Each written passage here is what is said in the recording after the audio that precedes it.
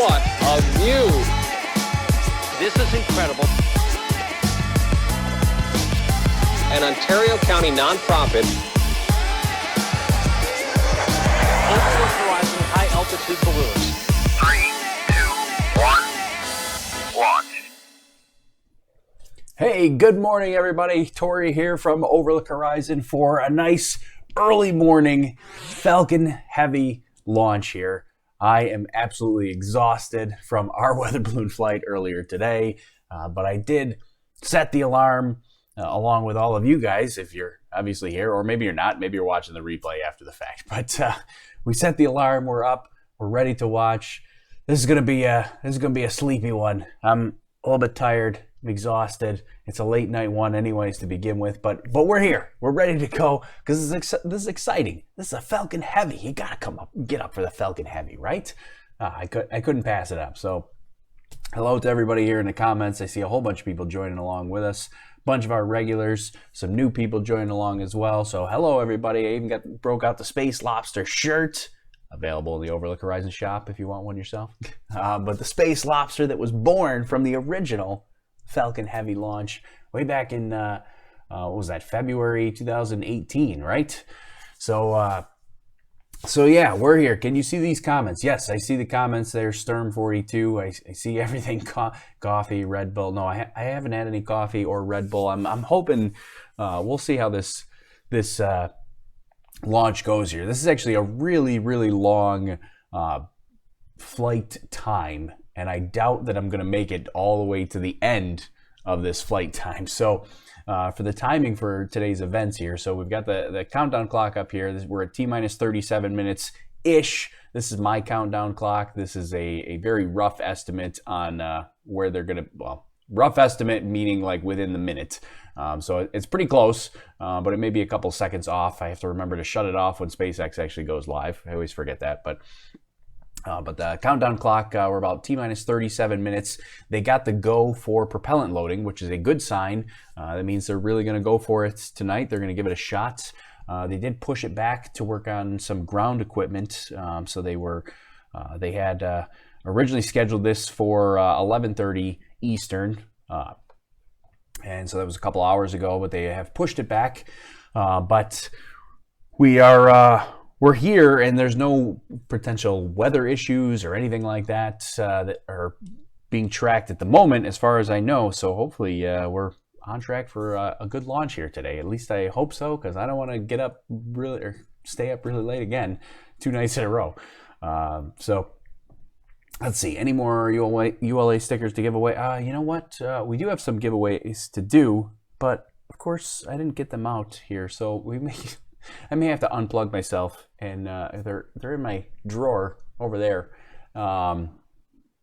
So after lunch, I might have to unplug and walk around the computer to go grab those. But we'll do some giveaways after if we get a successful launch. Tupapi Chris wants to know, is this live? Yeah, this is live. You're here. This is the time of day. You're living life right now. 2 o'clock in the morning, right? I've been up all night because if I try to sleep before, I always miss it, says Bria. Yeah, I had to go to sleep. I had to get some rest. I was on like 2 hours of sleep yesterday for our weather balloon launch, Overlook Horizon 17, which was a relative success. A couple of hiccups during the flights that didn't quite go as planned, but overall, the flight in general was a very successful flight from launch to landing. It tracked well. A lot of the systems that we wanted to test today operated well and did what they were supposed to do. So we had a good flight earlier today, and now we're getting the double whammy here for another Falcon Heavy launch, right? I mean, you got Overlook Horizon 17, Falcon Heavy. It's a toss-up for which one's more exciting. I mean, I was excited for both of them equally.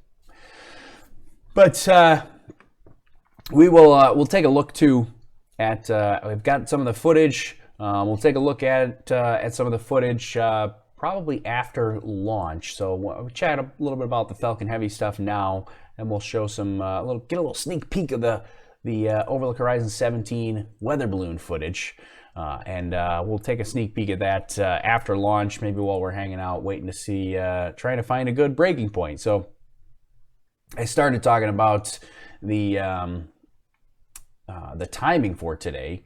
And you get a normal launch sequence, so they do start propellant loading a little bit earlier for Falcon Heavy, which makes sense. They have 3 boosters they have to fill with propellant, and so they've started that process. Launch itself is going to be relatively normal and straightforward for the Falcon Heavy. So we will get launch, we'll get BECO, which is the side core booster engine cutoff. They will separate, turn around, come back to the landing zone, landing zone back at the launch sites.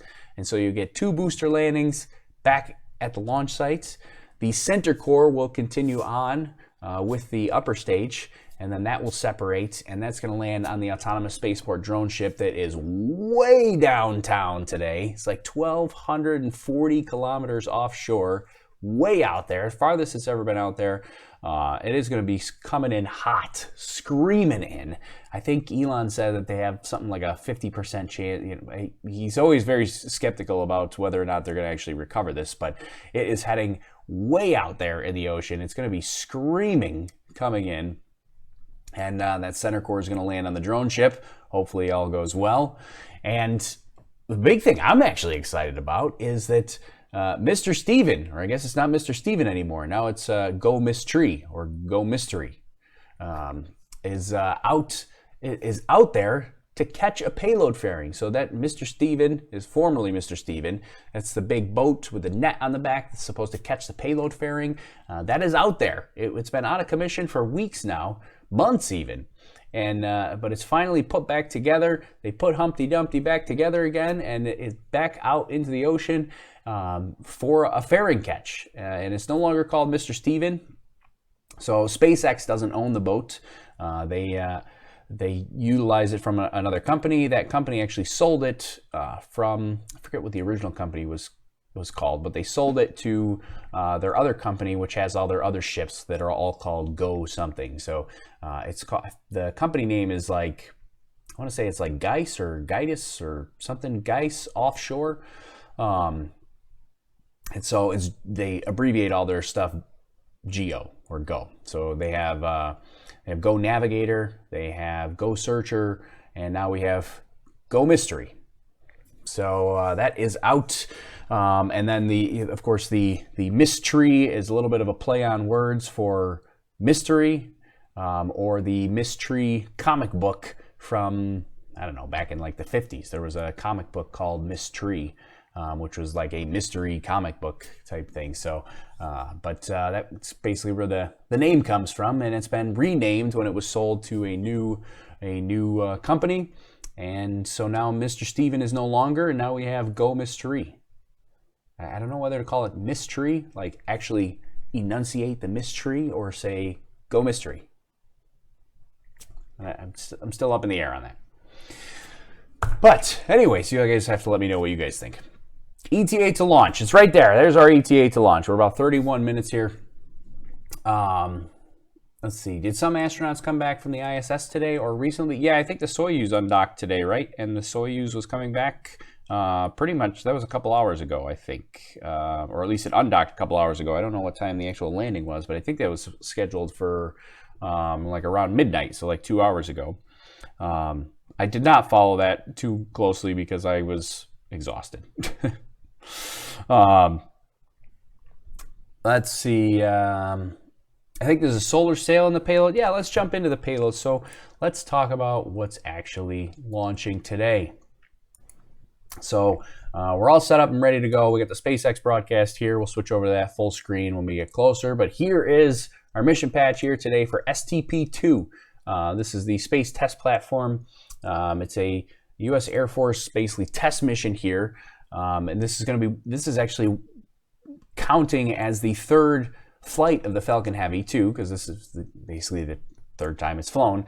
And they have to get 3 flights in order to qualify for some more higher priority Air Force missions, so that they can start flying more missions on Falcon Heavy. And so this is kind of an interesting one that they get to fly this and hopefully certify Falcon Heavy to start flying more advanced and more critical missions for the Air Force.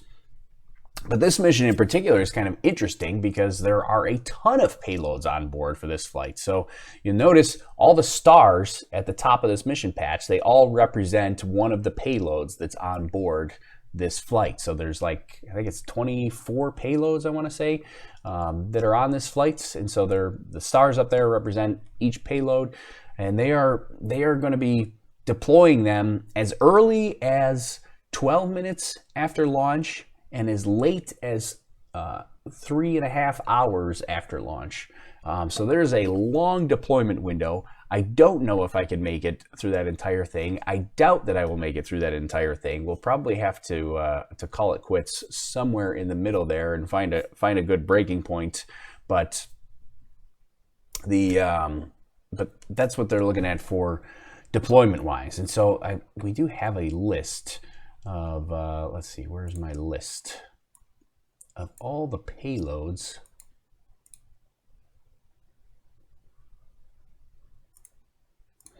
Here it is. So all the payloads that'll be flying on board here. I don't know if you'll be able to read that in the stream. I mean, it is a pretty extensive list.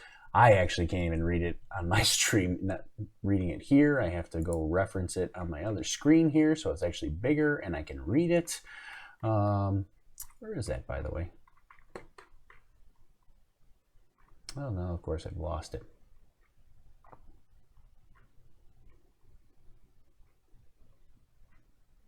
Well, I lost my payload list. I don't know where I generated this from. But one of those things that's on board is the light sail, which is what I forget somebody mentioned, was Light Sail 2, which is it's something that Bill Nye the Science Guy has been involved with the Planetary Society. And basically it's one of the things that they believe is it's a test platform for a big solar sail that is using the sun's energy to propel a spacecraft. So they're going to use the sun's energy to try to raise the spacecraft's orbit and basically do a proof of concept to say that, okay, we're going to use just solar energy to change the orbit of this spacecraft. And so basically creating this solar sail. And so that's on board. That's got a lot of publicity, especially since Bill Nye the Science Guy is involved and the Planetary Society is behind it. So yeah, the light sail, I think it's Light Sail 2 is what it's called, is on board this flight, and that is one of the many, many payloads here. There's a bunch of NASA payloads. There is a NOAA payload, that's the National Oceanic and Atmospheric Administration. There's some Air Force payloads on board as well. There's also even, I believe, there is like 150 basically deceased remains of people that are being launched on board here. I don't remember what the exact number is, but yeah, I think it's like 150 people that are being launched, or at least their ashes, cremated ashes, are being launched on board as well. Some bunch of people paid for to get launched on board this flight. So all kinds of stuff happening here today. Let's see. Michael Durr says, should be able to see anywhere in Florida tonight. Beautiful night. Let's go SpaceX. Yeah, if you're in Florida, this is definitely a great launch to see. It's kind of exciting that it's a night launch for Falcon Heavy. Get to see, you'll see that light from many, many miles. Hopefully you get to see those boosters come back too. What's your opinion of this thing going off on time? I think we've got a good chance of it going off on time, especially since they've started propellant loading. I mean, usually they take that very seriously once they start propellant loading, because if they have to delay or scrub after that, I mean, they're losing money by having to essentially boil off like some of the liquid oxygen. So once they start propellant loading, they're really going to give it the old college try and launch this rocket here. So I think we're in good shape for getting a launch here in about 25 minutes. I heard it was $5,000 per gram to have one's remains launched. Is that right? The $5,000 number does sound correct, but I don't know if it was per gram. I just read the article. I read the article quickly. I thought it was just $5,000 period, but I guess that would seem $5,000 period would seem very low. So I bet $5,000 per gram is actually what it was. The $5,000 number is correct, but I bet it is per gram. I didn't read it close enough. Oh, the SpaceX stream already coming online. So they'll probably come online a little bit early. They usually do for Falcon Heavy launches. Kyle brought his sister to the stream this time. All right, awesome, Kyle. Thanks for bringing people along. Let's see. SpaceX is known for scrubs. I wouldn't necessarily say that. I mean, SpaceX has actually got a pretty good track record of launching on time overall. I mean, of course, you know, scrubs are can be annoying if you're trying to sit here and watch it, but I don't think they do scrub too much. And plus, you'd rather have them scrub and get things right instead of having a big fireworks display. I mean, as cool as that might look, it would not be good for the space program to see a big fireworks display. It would not be good for Falcon Heavy to see a fireworks display tonight. Claudio says, greetings from the KSC parking lot. Waiting on that. I am very jealous, Claudio, that is in the KSC. That's the Kennedy Space Center parking lot. Very jealous that you're there. Should be awesome to see this in person. I've not seen a Falcon Heavy in person. I've seen a Falcon 9 in person a couple times, but not a Falcon Heavy. Someday I gotta go see one.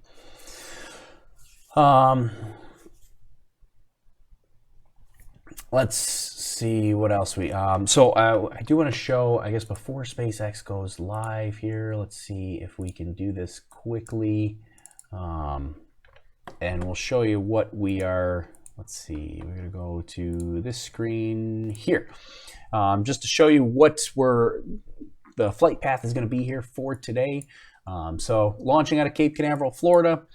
This is pad 39A. This is a big historic pad, one of the big ones the Space Shuttle launched from, the Apollo launched from. So this is the prime time here where they launch Falcon Heavy. It'll also be where they launch Crew Dragon from with astronauts on board. But launching from 39A today. This gray marker, actually kind of interesting. This is where the autonomous spaceport drone ship was originally intended to be. It was only going to be just barely offshore, and so I'm still quite confused on why the big change here. I'm not sure if they'll mention it, but it was originally going to be right offshore, and then all of a sudden they changed it drastically. But so it's heading out this direction, making a mostly easterly flight path here. And this is your planned landing area for the autonomous spaceport drone ship. This is your fairing recovery area where Go Mystery is going to be to hopefully catch a payload fairing for the first time. They have not actually successfully caught one yet. Hopefully they can do that for the first time on Falcon Heavy. Imagine we get 3 booster landings plus a fairing catch all in one night. Wow, that'd be awesome. So this is way downrange, much farther. I don't have a comparison for. I wonder if it's on here. No, I don't have. I was going to see if I had a comparison for Arab. Oh wait, I think it is on here. Yeah. So here's Arabsat. So this is where Arabsat was, which was previously the furthest downrange landing for that center core. That was on the last Falcon Heavy, but now STP-2 is even a little bit further. So our landing tonight is right out here. And huge thumbs up and a thanks to Raul who creates these maps. You can find him on Twitter. You can PayPal him and support him and send over some funds here because he puts these maps together, and I'm sure they take a ton of work and a ton of time, and they're awesome to actually see the trajectory. So yeah, go follow him on Twitter and support him for sure because these maps are pretty awesome. So that we'll go back over here. There we go. Whew, I gotta if you see me going like this with my eyes, my contacts are sticking together. Only because I've been wearing them for approximately 24 hours straight. Actually longer than that, like 48 hours straight. I did take them out for a brief little 4-hour cat nap. Let's see. Did you say they're catching the fairing? They're going to try. They have the fairing catcher out there. Let's see. Yeah, Storm Sliders is watching like 18 streams all at the same time. That's awesome. Watch them all there, Storm Sliders. All right, so SpaceX is going live.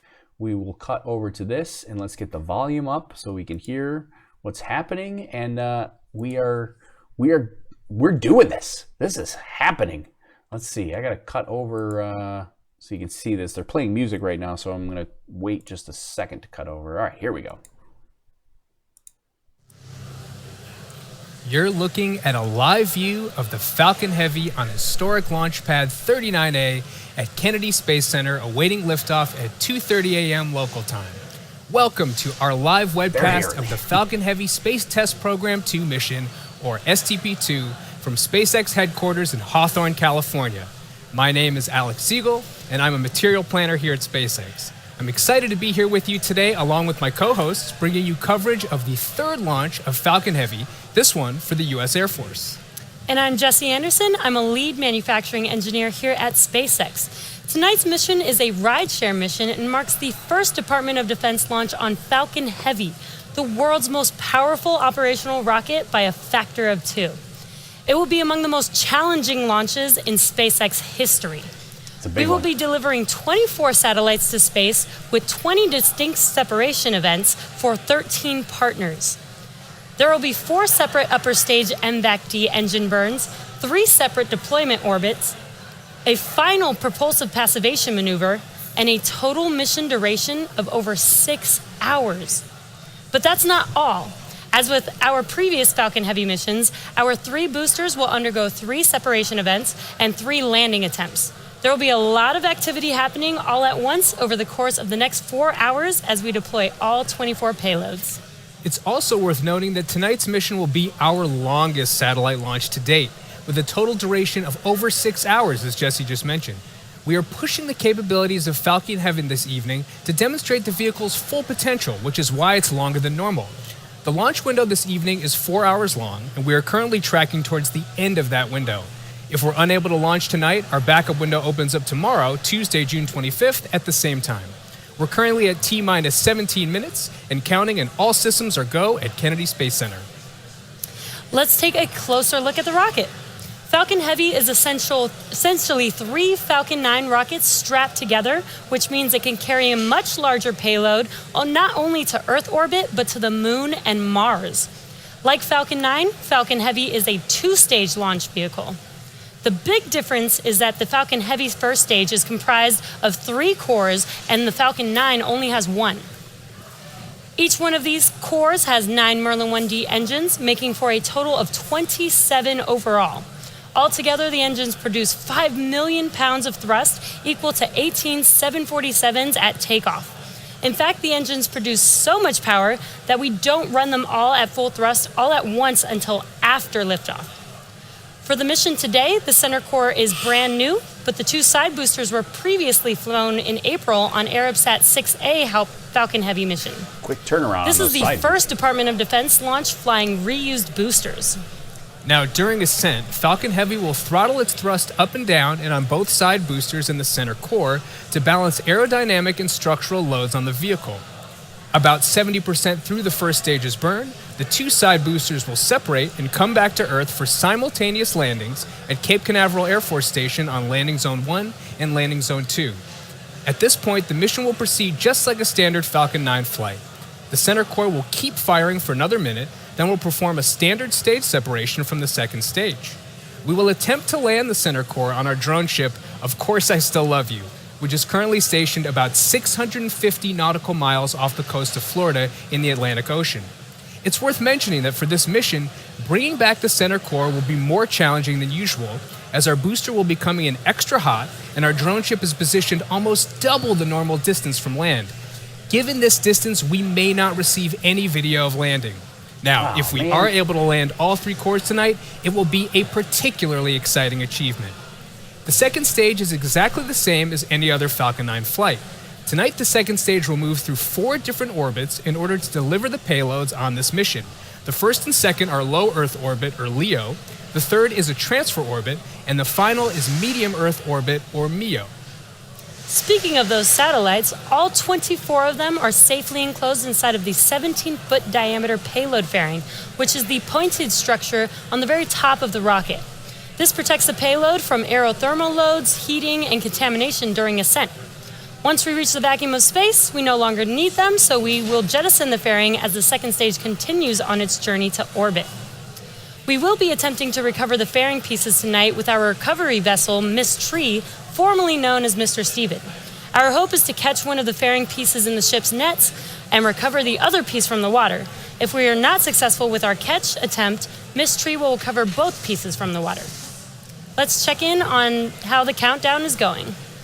I was curious how they're going to T-minus reference 14 that. minutes, 10 seconds, and counting down. Good evening. Hey, I'm John John. Isberger, the Falcon Principal Integration Engineer at SpaceX. Now we are at T-minus 14 minutes from the launch of the Falcon Heavy, and all systems are go for launch on the half hour. Falcon Heavy rolled out to the pad with the payload 27 hours ago and went vertical about 7 hours later. Now we did have a ground hydraulic issue early in the count, but it was fixed, and currently everything is go. We cleared the pad deck at T-minus 9 hours to begin hazardous operations. And just before we began the webcast, the SpaceX launch director pulled the 9 members of the launch team. You can see the firing room at Kennedy Space Center. We pulled the team, got to go for propellant loading and launch. Now we're currently loading propellant on all 3 first stage boosters and the second stage. Now we load 2 propellants on the Falcon Heavy. One is liquid oxygen called LOX. No oxygen is in space to support combustion, so we have to bring our own. We chill it to get it as dense as we can in order to maximize how much we load. The second propellant is our fuel, RP1. That's essentially a purified kerosene. Now these 2 propellants have a long history of usage. The Saturn V first stage, flown from this very pad on the moon missions 50 years ago, used LOX and kerosene. Now for the satellites on tonight's flight, everything is go. The last transfer to internal power is coming up in just half a minute. Other than that, the spacecraft teams here at the Cape are monitoring data as we proceed to T0. And I expect a lot of satellite builders and operators are anticipating getting data from space with a lot of enthusiasm. Now we're launching out of the Eastern Range, supported by Cape Canaveral Air Force Station. The range is currently go. They're prepared to support today's mission. They're making sure that the sea space, the airspace is cleared. No one's nearby to get in the way of tonight's launch. They're also releasing balloons, which brings up the question of how's the weather? The good news is the weather is looking very good. Ground level winds are acceptable. Upper altitude winds are also acceptable. Now, as Alex mentioned, we started the day with a 4-hour window.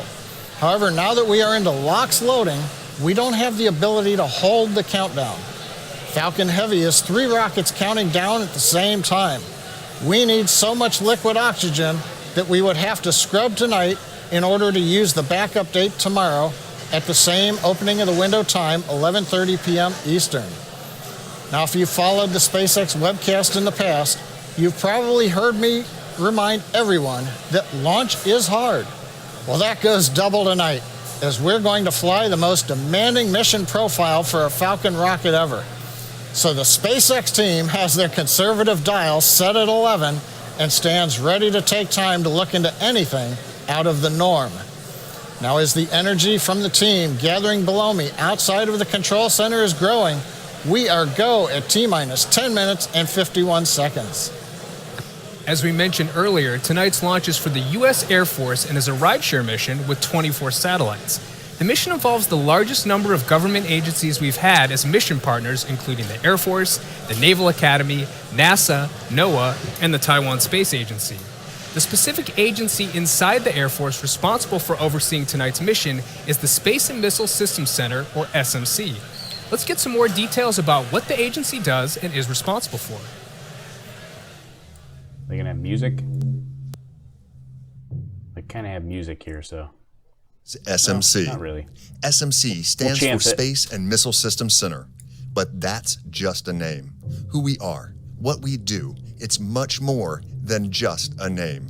We're the dedicated men and women who develop, acquire, field, and sustain cutting-edge space experiments and operational satellites.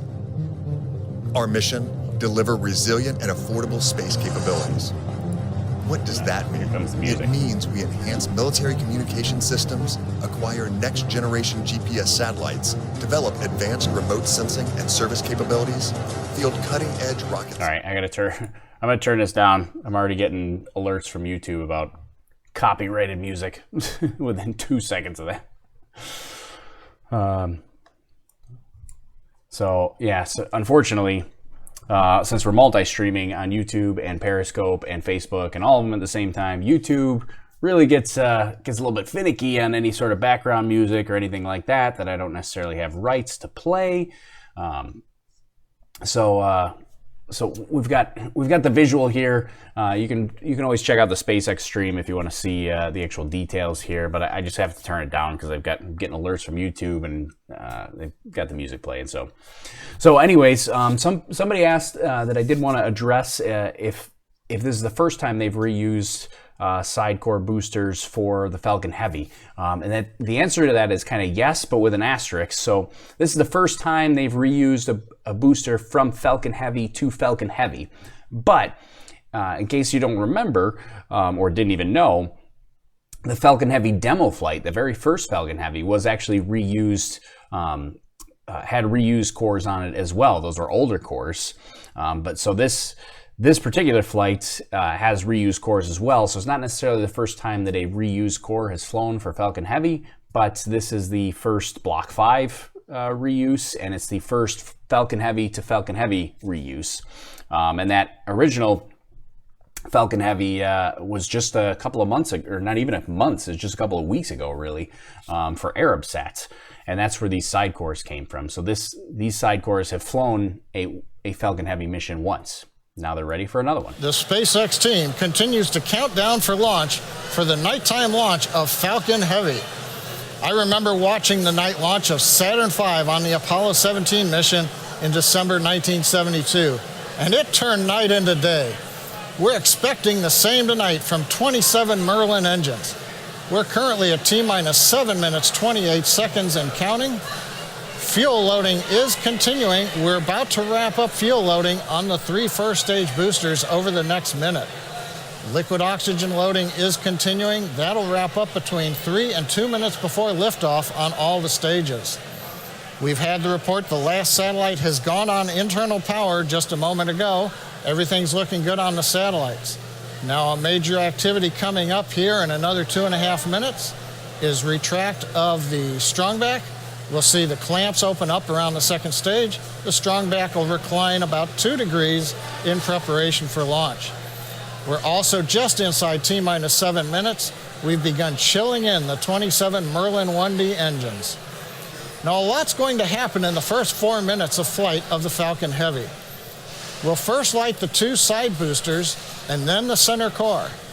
The flight computer on Falcon Heavy will check the power on all the engines, then command a release from the ground hold downs at T0, so we lift off at T-minus 0. Right after we lift off, we're at full power of over 5.1 million pounds of thrust. 40 seconds into flight, we decrease power on the 2 side boosters in preparation for maximum aerodynamic loads on the vehicle. Once we get through this period, Falcon Heavy will throttle back up to power on the 2 side boosters. We now are 2 minutes into flight, and we're again reducing thrust on the 2 side boosters. This time it's to decrease forces on the rocket structure, especially that structure that holds the side boosters to the center core. The acceleration is building every second as we burn propellant and we're lightening the rocket. So we need to throttle down the side boosters by physically turning off engines to keep the loads below the maximum allowable.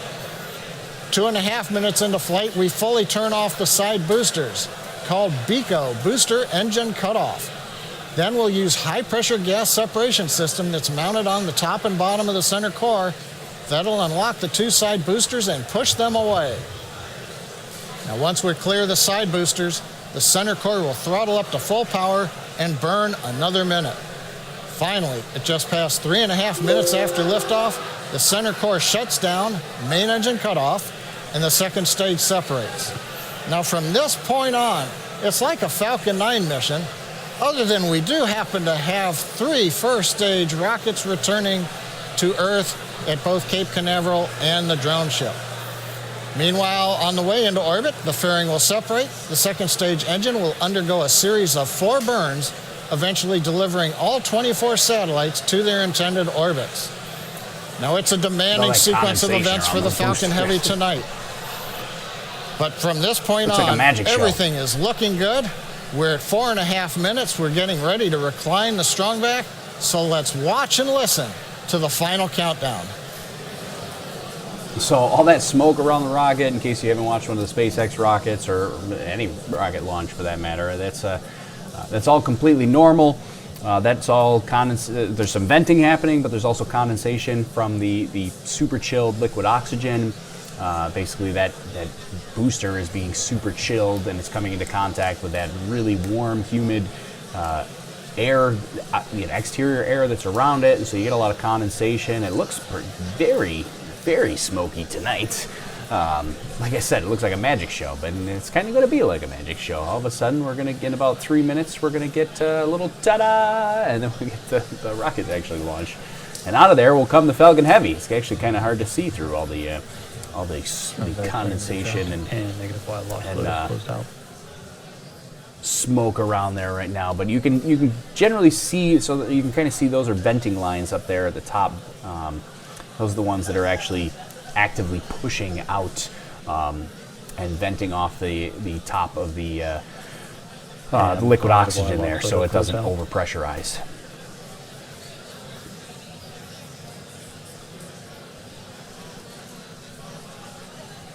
So we're 3 minutes. I think we're strongback blowers closed out. I think we're in good shape. Man, I love the look of that new fixed service structure. That black and white look. They kind of redid that from the shuttle era. And stage 1 lock photos closed out. Looks really sleek now. Looks especially nice for these nighttime launches. Oh no, my stream just switched to lower quality. Why did you do that? Switch to high quality. There we go.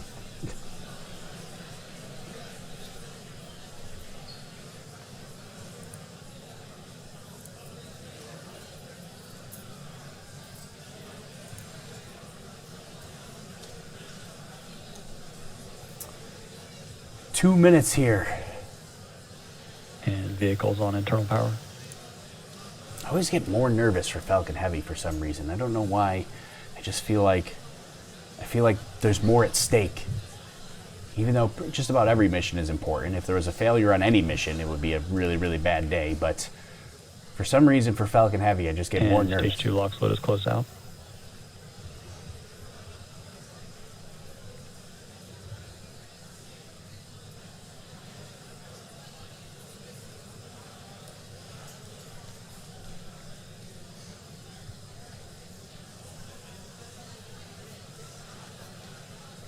Coming up on a minute and a half here.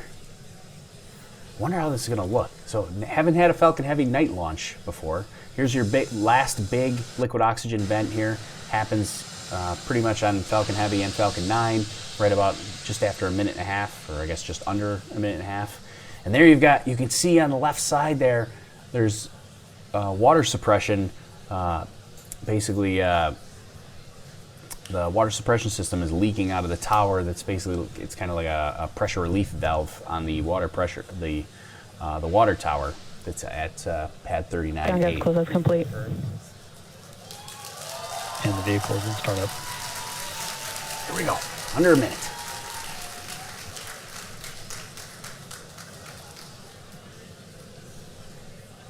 This is the mission director. Go for launch. Mission director is go for launch.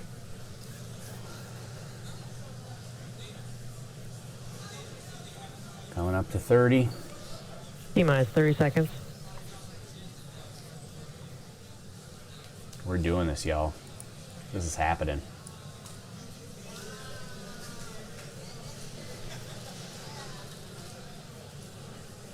T-minus 15 seconds.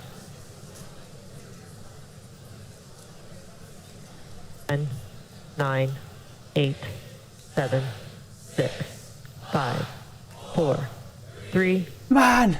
What happened? What is this? Are you kidding me? Really? There we go. Oh.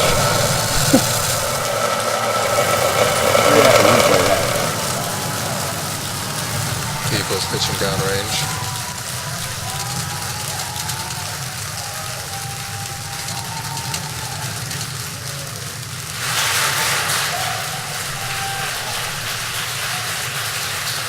T plus 25 seconds into flight under the thrust of over 5 million pounds. Falcon Heavy is headed to space.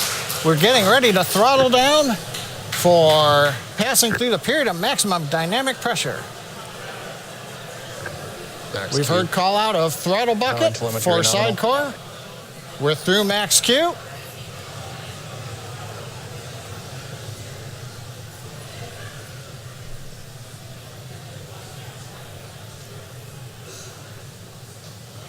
Vehicle is supersonic. Everything continuing to look good on the Merlin 1D engines. We're throttling back up on the side boosters to full power. A minute 15 seconds into flight. Performance looks nominal. So that separation event is about 2.5 minutes. Is when the first separation event comes in. That's when those side boosters will separate. So you have VECO just a couple seconds before that. That's the booster engine cutoff. Currently, the next event coming up in about 2 minutes. We'll hear call out of chill-in of the MVAC-D engine. That allows liquid oxygen to the top of the turbo pump. Oh. Why? What is happening? To get the second stage engine ready to chill for ignition in just a couple of minutes. Why is my stream freaking out? Come on! Oh, this is going to drive me crazy. Really? Come on now.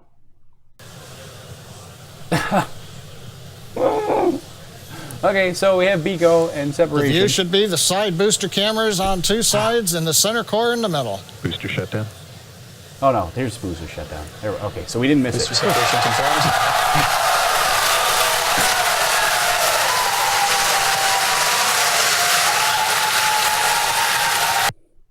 Oh, come on. This is killing me.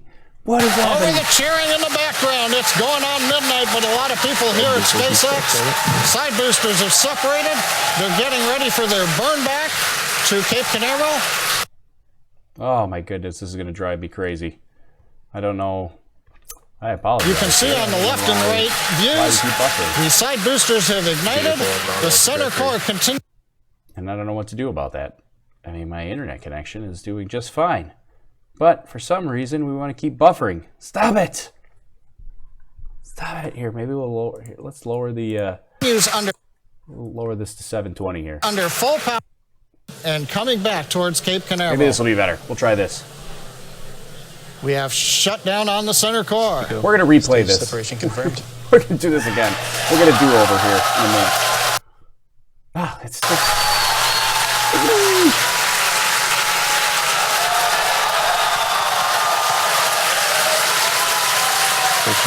We have successful separation and ignition. We're coming up on shutdown of the two side boosters. Side booster, boost back shutdown. And we've heard the call out side booster, boost back shutdown. The center core, you can see, is not doing a boost back. It's headed downrange to the drone ship. Here comes fairing separation. Cross-ranger nominal. Fairing separation confirmed. We have confirmation of the payload fairing separation. So far, 4 minutes, 17 seconds into flight. Second stage looking good, headed to low Earth orbit, carrying the 24 satellites. The side boosters have done their first boon, coming back to Cape Canaveral. The center core has separated and is beginning its long coast downrange to the drone ship in the Atlantic Ocean. So at 4 minutes, 35 seconds and counting, everything looking good on Falcon Heavy. Yeah, we are definitely going to do a replay of that actual launch because that was Super annoying. But ooh, look, a little infrared view of the side cores there. Coming back to Cape Canaveral. So those two side cores, those are coming back to Cape Canaveral. Now those side back to the boosters are launch making site. their way back. Their grid fins on all 3 boosters should be deployed, and those are help guiding them to their landing zones. As a reminder, today we will be attempting to recover all 3 of these first stages, and all 3 boosters are currently making their way home. In just a few minutes, the side boosters will execute an entry burn followed by a landing burn, and the center core will complete the same burns just a few minutes later. Both burns are used to slow the stage's speed down rapidly before landing. At the time of separation, the side boosters were traveling slow enough to turn around and make their way back to land at our side-by-side landing pads. The center core is going too fast to efficiently return to the Cape, so we're using our autonomous drone ship, Of Course I Still Love You, as we mentioned earlier. As a reminder, our drone ship is positioned twice as far offshore than normal, so we may not get visuals of landing tonight. Also coming up in a few minutes will be the call out for second engine cutoff. So coming up in about a minute here, we're going to look for that side booster reentry burn to begin.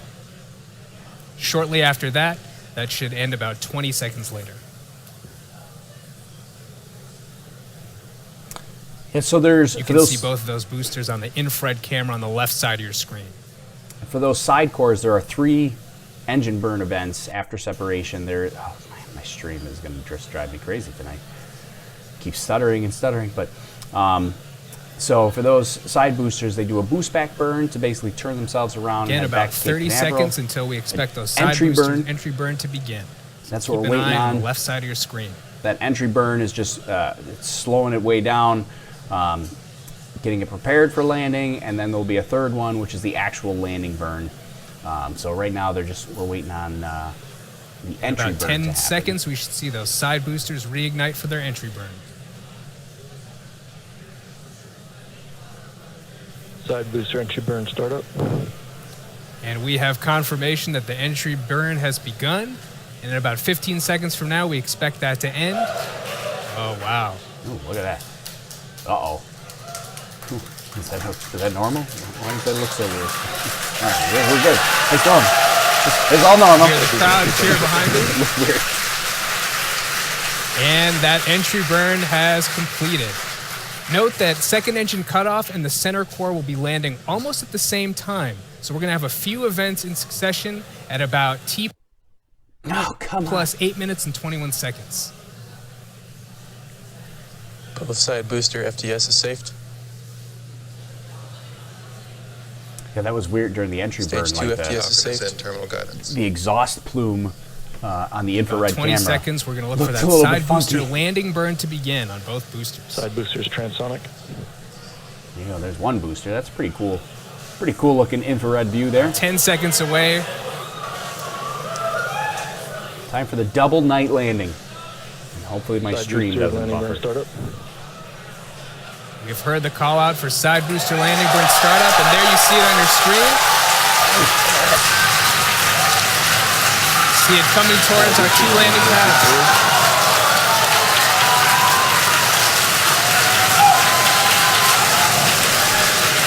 See those landing legs deploy.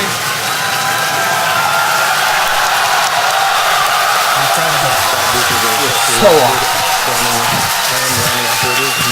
Confirmed side booster landing.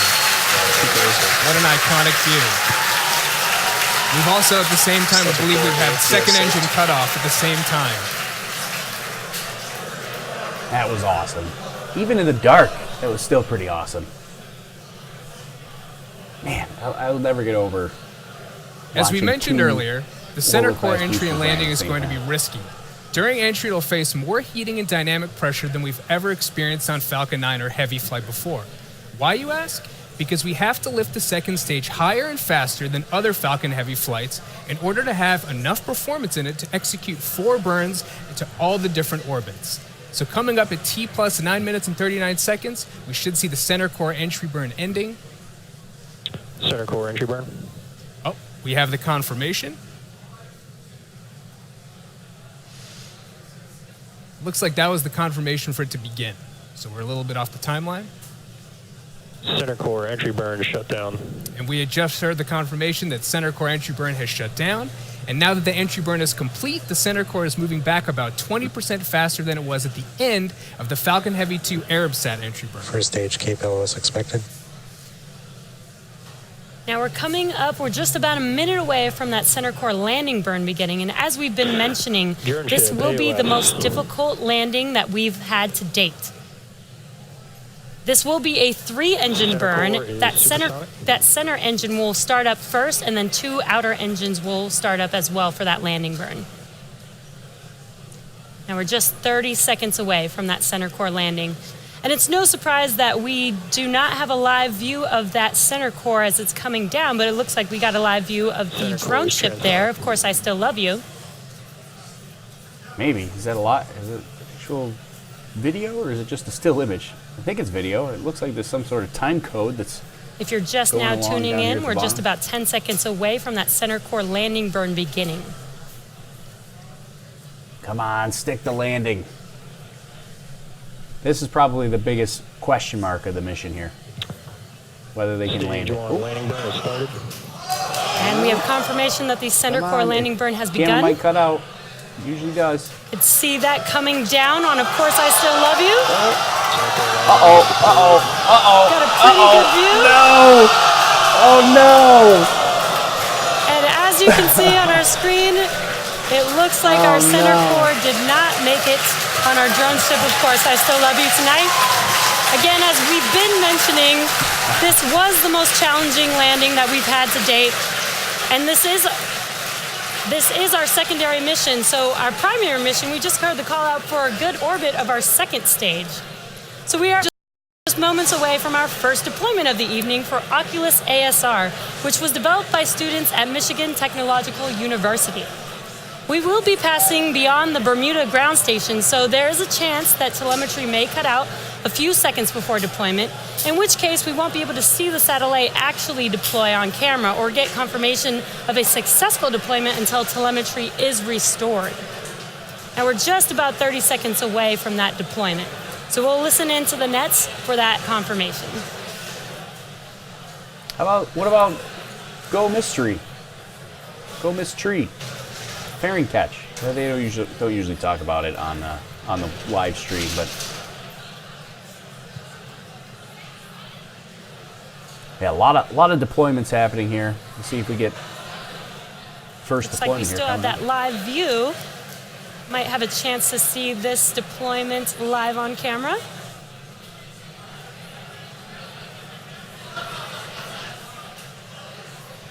Maybe. Notice Again, how quickly they move past the satellite center deployment. core crash and burn. They're like, we didn't recover it. And so we got a first deployment coming. Looks like we lost that live view. So we will wait to get some confirmation of that deployment, and we will update you guys in a few minutes later on in the webcast. We are now in between ground stations for the next few minutes with nothing to see. So we are going to take a quick break, but we will be leaving you with an animation that shows you where we are throughout the coast phase. We will be back around T plus 20 minutes for our next set of deployments. And it's worth noting that since we won't acquire ground station coverage again until T plus 21 minutes, we are going to miss that first P-Pod 1 CubeSat deployment. See you back here in about 6 minutes. All right, so now they got some music up, so I'll just turn it down for a little bit while they take a short little break there. But, oh man, the center core. That center core, the Space Lobster got the center core again. Oh, RIP to the center core. This Space Lobster up to his shenanigans again. And but this time, at least we know 100% what happened to the center core. Unlike the very first Falcon Heavy, where we had to wait hours to find out whether it landed or not. This time we watched it crash and burn live, which is kind of interesting. It'll be interesting to find out what actually happened, because it seems like it still had propellant, and that it was still able to to get itself there, but it was just off course a little bit. It was coming in very, very fast and screaming towards that drone ship. So Potentially it just didn't, it couldn't correct in time for it. Who knows what happened there. But the interesting thing that I thought is we get all these successful landings and you get, shaky footage, and it always cuts out and then it comes back and you just see the booster there. On this one, we actually got great footage the whole time to watch the thing go crash into the ocean, which was kind of interesting. And I kind of want to watch that again. But I think we also have to watch the launch again. Let's see, what should we do? Should we do the launch or the center core? Let's go back to the center core first. We'll watch that. Let's watch the center core crash and burn, because that was kind of interesting to see. So actually good footage. So here it was, the landing burn, and then you can see right away as soon as it came into the frame here. Right here, like this is too far off center. Like it's kind of, you can see it's pointed off to the side of the drone ship here.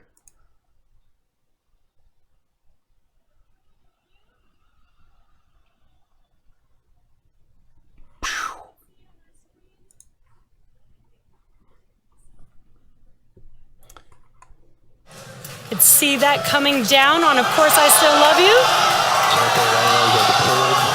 Got a pretty good view. And as you can see on our screen, it looks like our center core did not make it on our drone ship. Of Course I Still Love You. Coming down on, of course, information that the center core landing burn has begun. This is secondary to the whole mission. See that coming down on Of Course I Still Love You.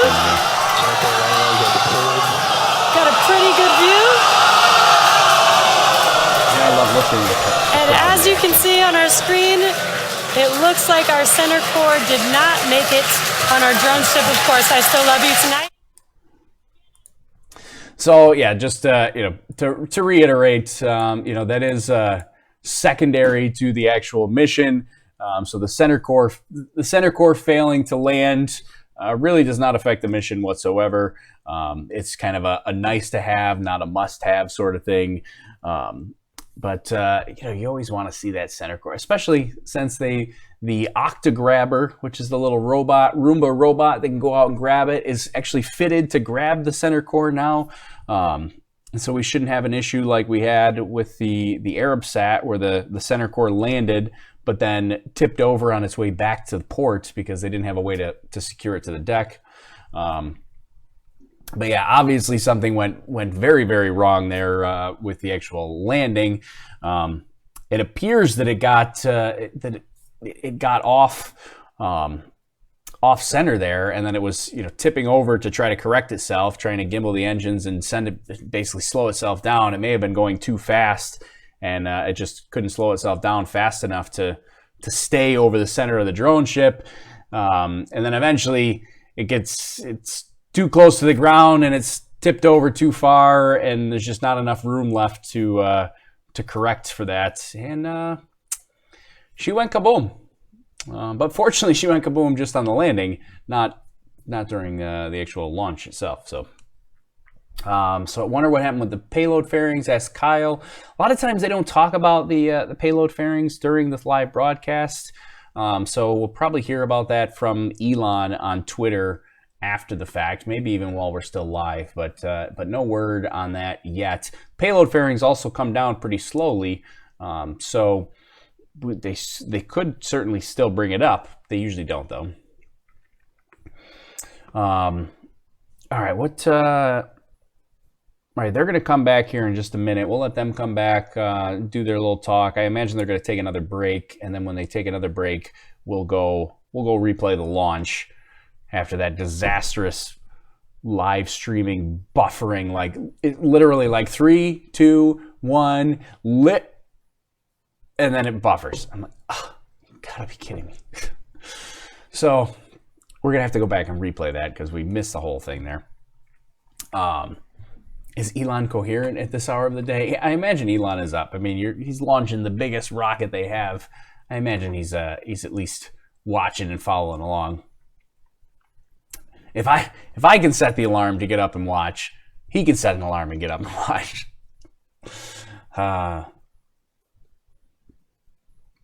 Muff Tuffler says, I guess they're hunkered down below deck. No, so actually the crew, there's no crew on the autonomous spaceport drone ship during landing. So the crew goes out with the drone ship, they set it up, and then there's another support ship that they go to, and then they go off to a safe distance. So there's nobody on board during the webcast. We were waiting to see the Oculus satellite deploy. We didn't have confirmation when we lost signal over Bermuda. That was normal, losing signal. You do it when you pass beyond line of sight. We also should have had a minute and a half or so ago the first P-Pod #1 open up and deploy 2 CubeSats for the Naval Research Laboratory. But we're waiting until we reacquire signal over the Ascension Island tracking station around the equator in the middle of the Atlantic, so that we can understand whether or not the Oculus satellite deployed and how P-Pod 1 deployed also. While we're waiting for acquisition of signal from Ascension, just to recap, we had a great launch of Falcon Heavy.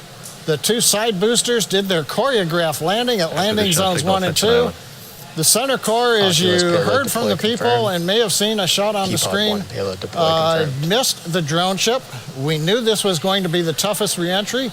We are getting data back, so the team will understand over the next hours and days how things have gone.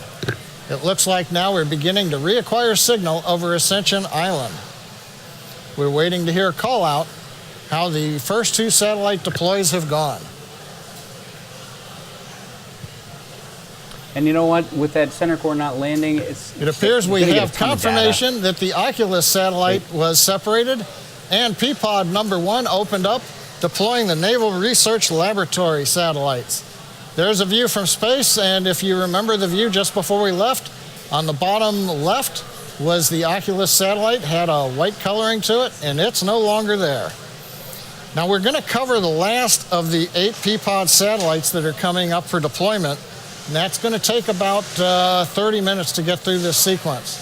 The next deployment comes up just before T+25 minutes. Now these 8 deployers will open, and they'll release 11 satellites.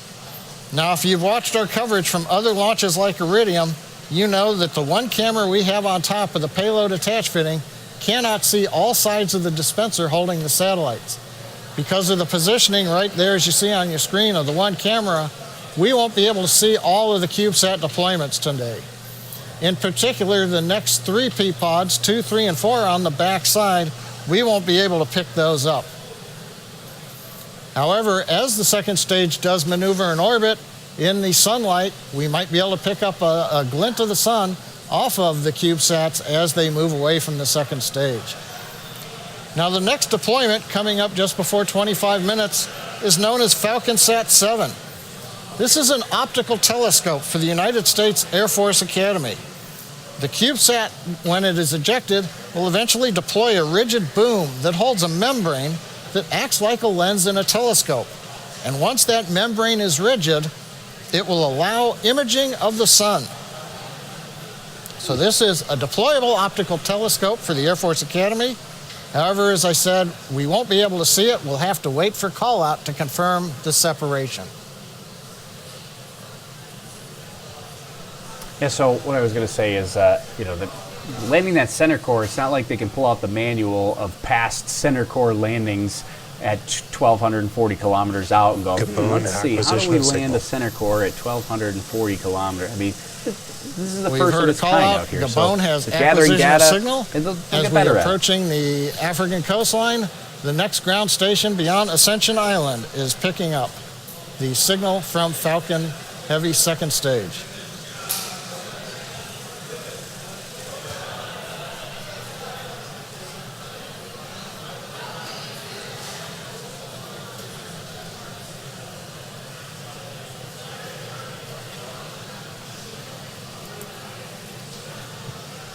And we're definitely going to go back and replay that launch.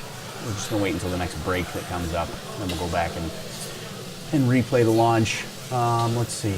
Coming up on deployment in about 5 seconds. Yeah, Sandy said that Elon said on Twitter there's a 50% chance the center core booster would land correctly. Yep, everybody knew at SpaceX that this was going to be a challenging landing. It was coming in 20% faster than Arabsat, and Arabsat was coming in fast. So this came in 20% faster than Arabsat after the entry burn. So it was moving quick.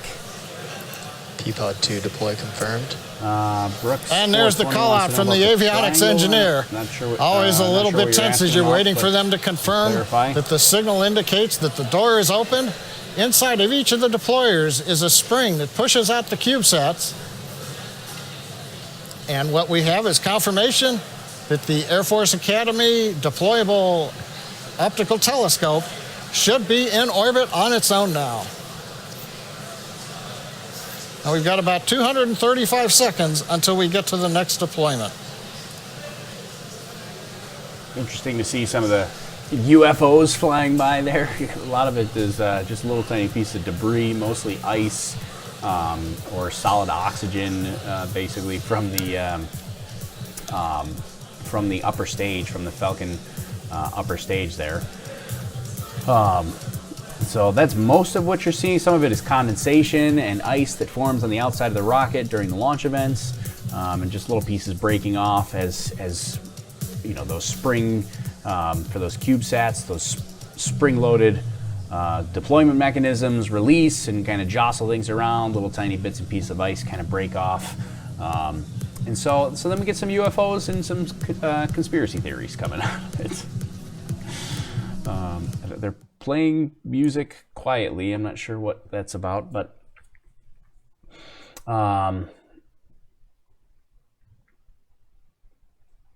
let's see. What was that whizzed by? Yeah, just I imagine it was a little piece of ice, a little tiny piece of debris that went whizzing by. Either that or as an alien. I mean, you know, no big deal.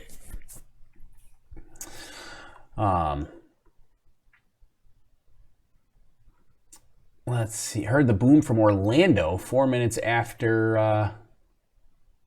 So assuming that's the sonic boom you're referring to, that's Space Winter. That would be kind of crazy. That's quite a distance to go all the way back to Orlando with the sonic boom. But those sonic booms are, you know, they originate pretty much right from Cape Canaveral when it goes transonic there, which is pretty close to that launch pad.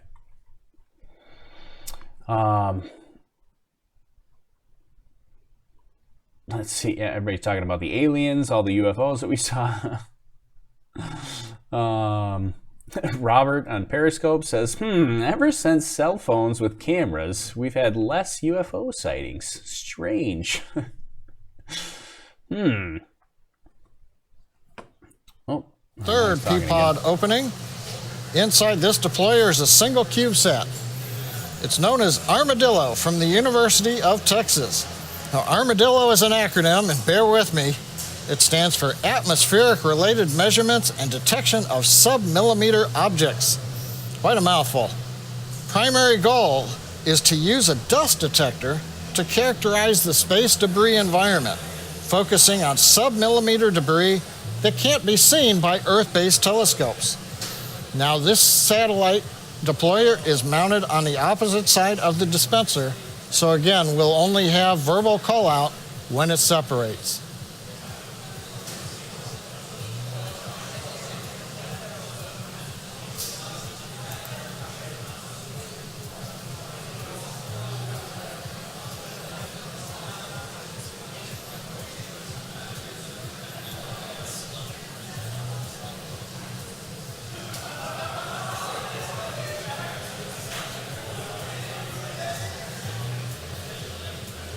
Wonderful. See this one. Peapod 3 deploy confirmed.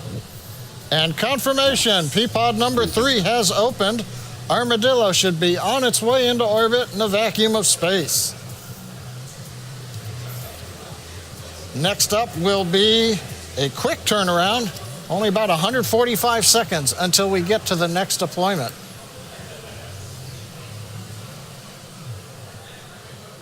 A couple more UFOs flying off in the distance.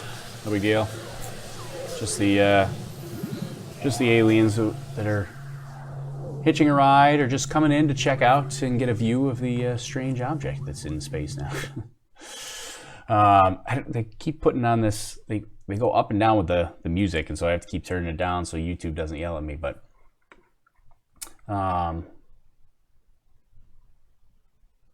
let's see, those dots watching the spaceship. You have the UFOs there, the little dots of little piece of, basically they're likely ice that was just formed from some condensation there, or could be even like little pieces of solid oxygen from the vent ports there.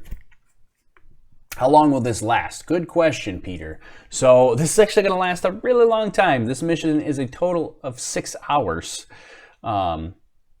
So we're gonna have to find a breaking point. This time we're going to have 2 CubeSats coming out of the deployer. Again, it's on the backside of the dispenser. This is the last one on the backside of the Peapods. Satellites are called PSAT and BRICSAT.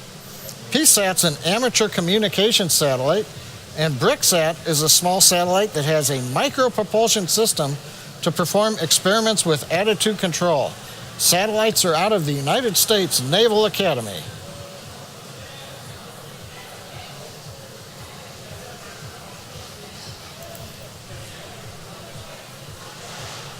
So yeah, I started answering Peter's question. Yeah, it's a 6-hour total mission. The final spacecraft deployment is at 3.5 hours after launch. So it's another 3 hours from now. I don't know if I'll be able to, I don't think I'll be able to stay live for that entire time. I'm exhausted from our weather balloon flight and our weather balloon launch that we did earlier today. So at some point, I'm probably going to find a breaking point here. And Peapod 4 deploy confirmed. And we have confirmation over the net from Avionics. HPK. Peapod number 4 has deployed. At the same time, we now have acquisition of signal over Hartebeestok, known as HBK, in Africa. And we've got about 165 seconds until Peapod 5 opens up.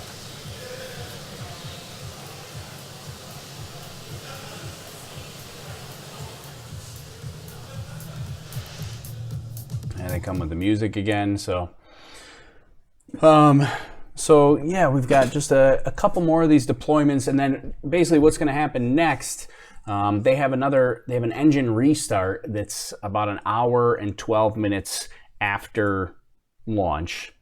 They'll do an engine restart, change their orbit. That's only about a 20-second burn to change their orbit.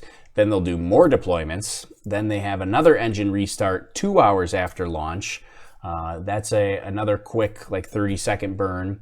Do more deployments, and then 1.5 hours later, they have another engine restart at about 3.5 hours after launch. And then they have another spacecraft deployment that's going to medium Earth orbit.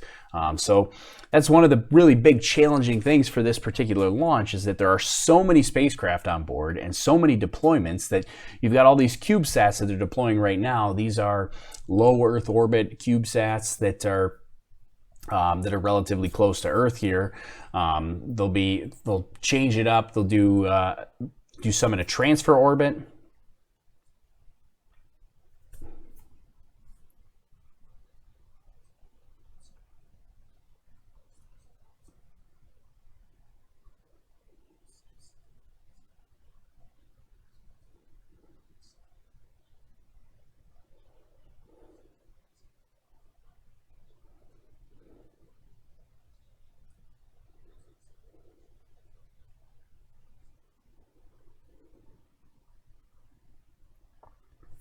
Oh, you guys can't hear that. Now in this view, the Peapod dispenser is located probably at about the 2 o'clock position around the dispenser, the very top. So you've got to look up there, and we might see something going by. However, we're also starting to get a sun flare off of the camera.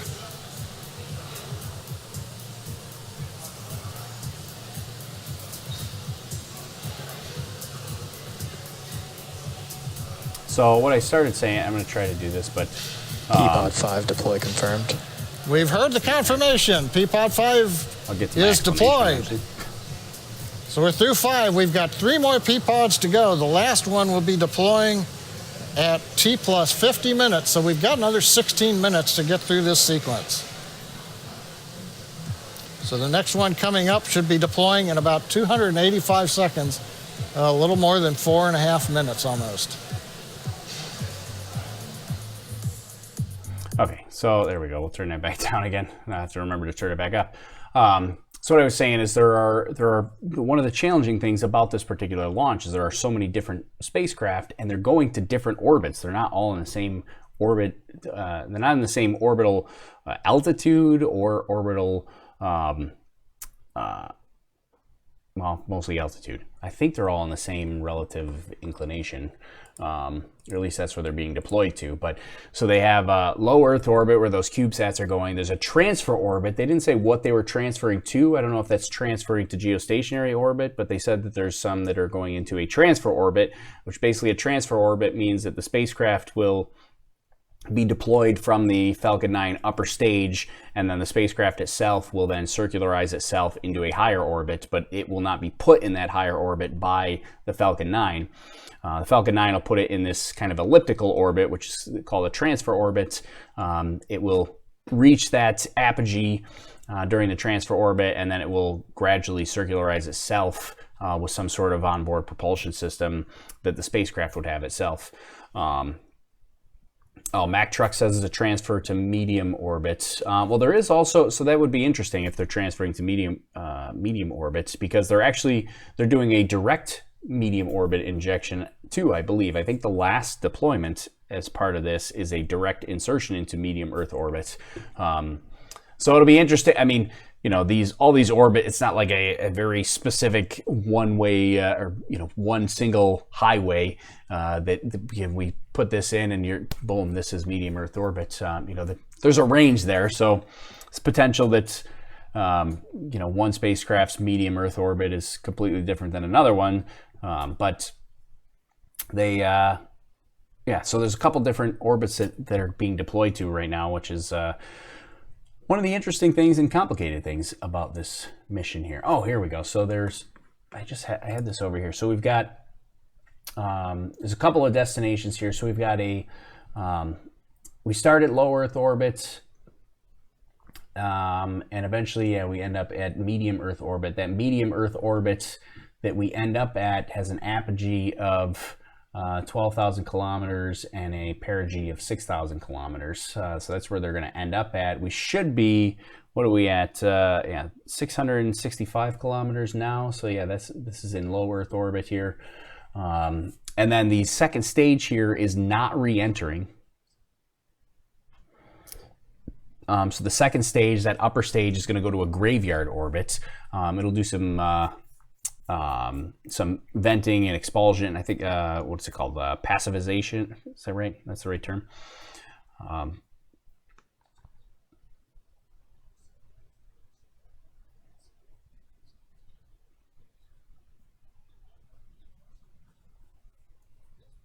Oh, God, I forgot to turn it back up again. I started talking. Layers of Earth's upper atmosphere. Tired. Now, these bubbles can disrupt key communication and GPS signals that we rely on here on the ground. They currently appear and evolve unpredictably and are difficult to characterize from the ground. So the two satellites that will be deployed over the next several minutes are going to help try to understand that problem and find ways to work around it. As you can see on the map, we're currently over East Africa, downlinking through the Mauritius ground station.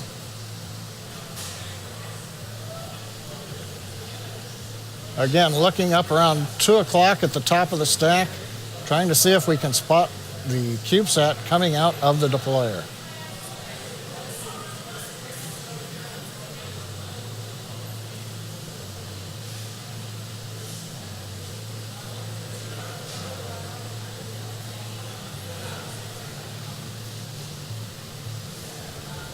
Peapod 6 deploy confirmed.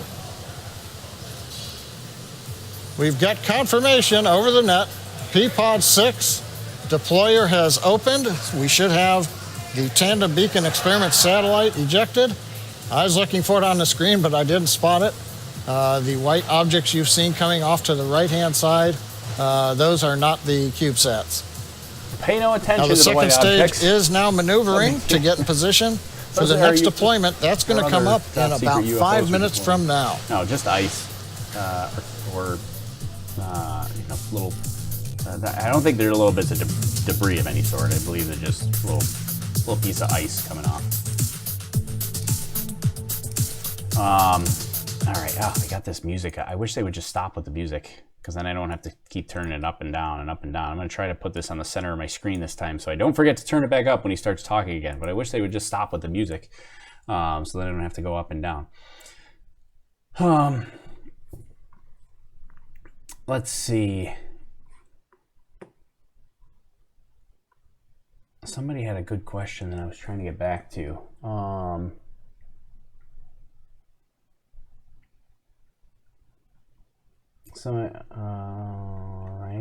Let's see. How many Starlink satellites are up now? Right now, there are only 60 Starlink satellites. So they've only done one Starlink launch, and that one launch had 60 satellites on there. So there are 60 Starlink satellites that are up there.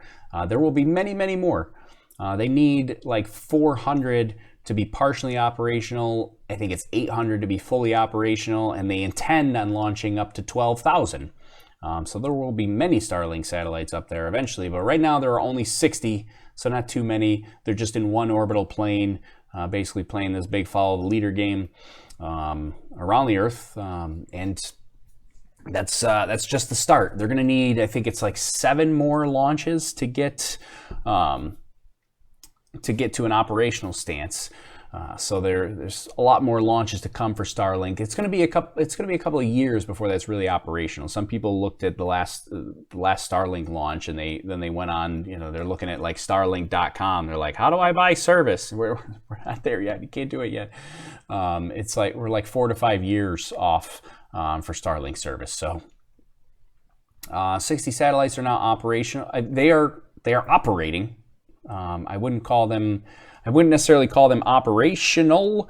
I guess operational to me, and I don't know if this is the official definition, but operational to me means that they're serving their intended purpose, which right now they are not, because they are intended to work with another couple of hundred satellites in tandem to create this broadband internet service. So they are operating, but the constellation itself is not operational. So Markinitz wants to know, what is Starlink? Starlink is basically SpaceX's brand new internet service. SpaceX is getting into the internet service provider business by launching a low Earth orbit internet service, which is a big deal. We have internet service by satellite now, but they're mostly geostationary satellites, which are really far away, have a lot of latency.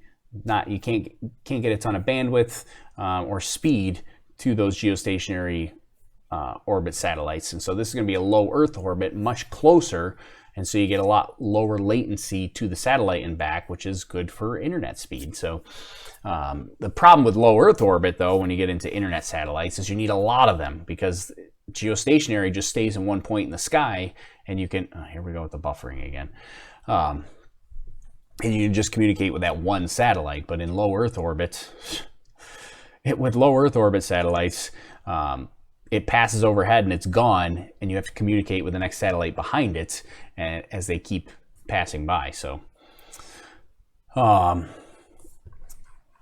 my goodness, with the, let's see, I'm going to try to switch this to here. Of the 8 Peapod openings, this is also a Tandem Beacon Experiment CubeSat. Now, to study those bubbles that I talked about in the Earth's atmosphere, the 2 CubeSats that we're deploying emit signals in a handful of frequencies to stations on the ground. From there, scientists can measure disruptions in the signals to determine how they're affected by the upper atmosphere bubbles. Waiting for call out of Peapod 7 opening and the CubeSat deploying. So somebody also asked, do they own the Starlink satellites? Oh, come on with the buffering. What is the deal? They do own those Starlink satellites. They actually manufacture them themselves. Peapod 7 deploy confirmed. The Starlink and we've got it a little late sounding, but we have confirmation. Peapod 7 is open to deploy the second of the 2 Beacon experiment satellites for the University of Michigan. And all I've got to say for that is go blue. We're 375 seconds to the final deployment of the Peapod series. Private Privacy says, are you really complaining about buffering video from space? No, I'm not complaining about the buffering video because it's actually not the space feed that's buffering. It's my personal internet that's buffering. So I'm not complaining about buffering video from space. I'm complaining about buffering video from my internet service provider. So I need to sign up for Starlink because I should not be buffering video. I got plenty of bandwidth here. I don't know why I would be buffering like this. It's driving me insane.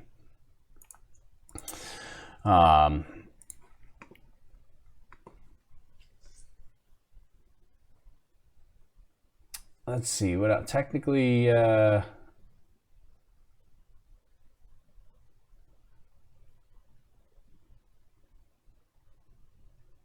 couple of weird comments coming through. So trying to go back and I'm trying to read these to myself here for the most part. Every once in a while I get I read them out loud and I read something I shouldn't. Tori's on that potato Wi-Fi. Yeah, I know. You would think I got a terrible internet connect. I mean, I don't have fantastic internet. I don't have like gigabit internet service by any means, but I got decent internet. And I'm not on Wi-Fi. I am hardwired. Let's see. So far, would you consider this mission a relative success? Center core just a bonus? Yeah. So that's Brian on Periscope. Yeah. The center core is a nice to have. It's not a must have, and I don't even really consider that part of the mission success. It's exciting. It's nice to see, but they don't need to land the center core to be a success at all. So they will. We still got a long way to go to consider this a full mission success. I guess it really depends on whose perspective you're looking at. If you're one of the operators of these CubeSats, mission's over and it's 100% success for you.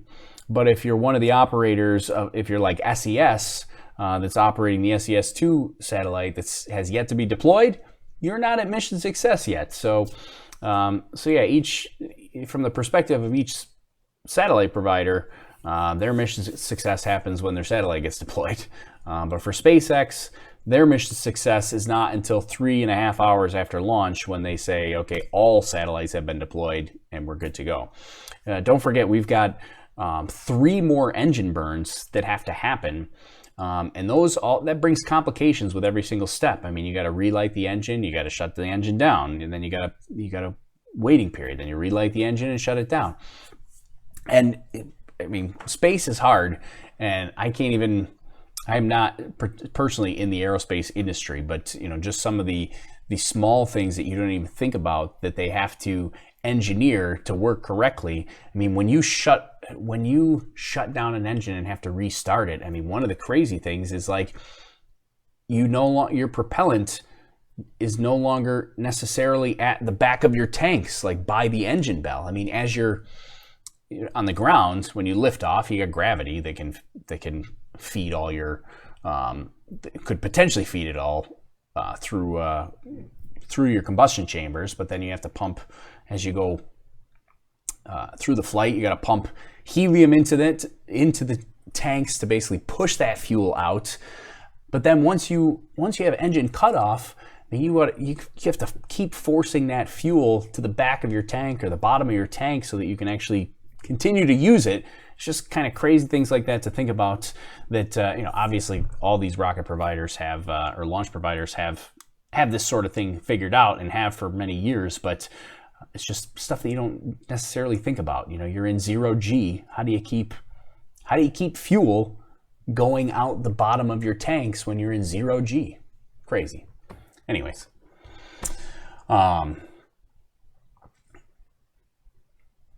let's see.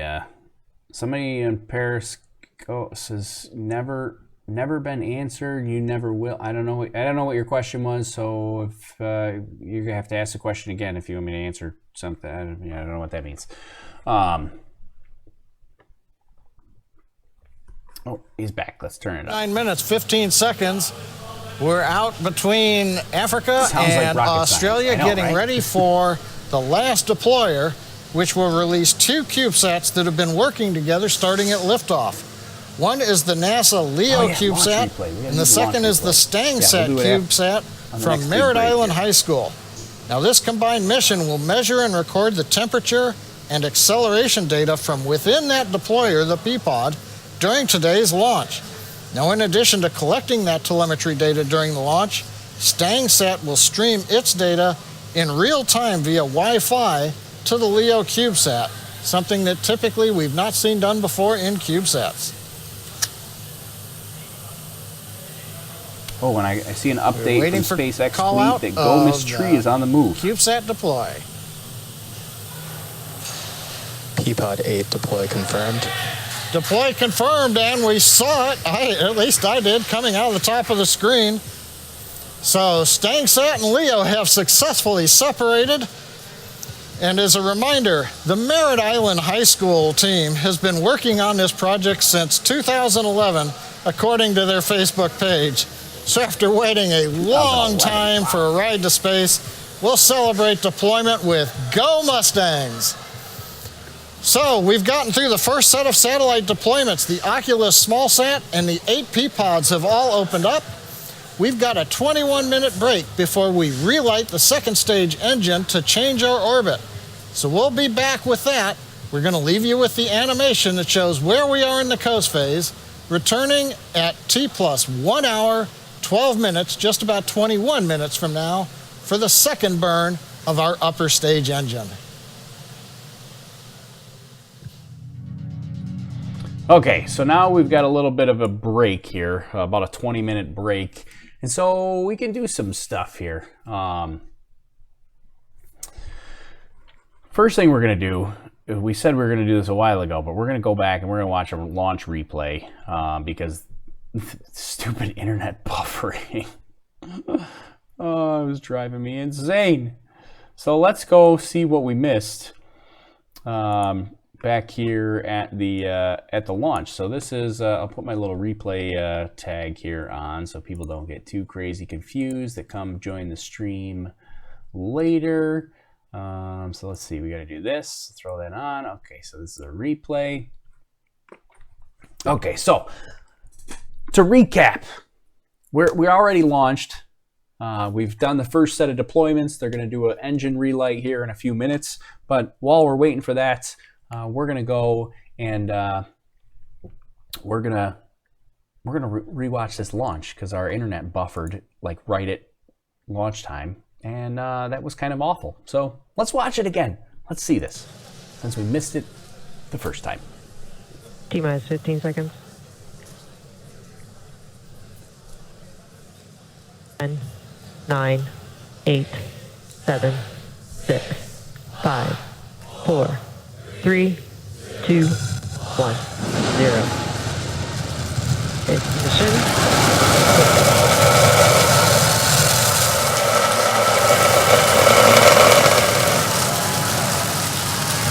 Vehicle's pitching downrange. So awesome.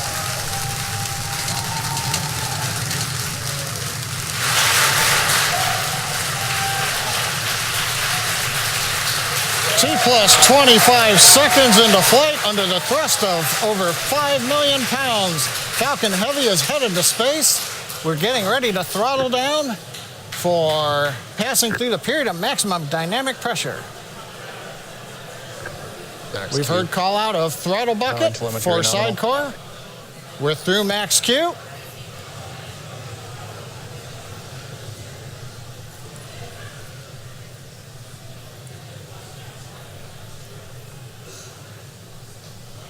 Vehicle is supersonic. Everything continuing to look good on the Merlin 1D engines. We're throttling back up on the side boosters to full power. A minute 15 seconds into flight. Performance looks nominal. Roland wants to know, when did this happen? So launch was at 2:30, so it was almost just under an hour ago. So this is a replay now. Currently, the next event coming up in about 2 minutes. It's kind of hot. We'll hear call out of chill-in of the MVAC-D engine. That allows liquid oxygen to the top of the turbo pump get the second stage engine ready to chill for ignition in just a couple of minutes. Was this visible from the States? Yeah, this launched from Cape Canaveral, Florida, so certainly visible from there. It went on an eastern track, so it didn't go like up the coast like you would have for like a International Space Station. We're 2 minutes into flight. But, We've begun to decrease thrust on the side boosters to minimize acceleration and loads on the Falcon Heavy structure. We've turned off one engine on each of the side boosters to decrease that load. Now our next major event coming up here in about 10 seconds, shutdown and separation of the side boosters. We're going to watch this again too because our stream buffered in the middle of this too. The view should be the side booster cameras on two sides and the center core in the middle. Booster shutdown. Booster separation confirmed.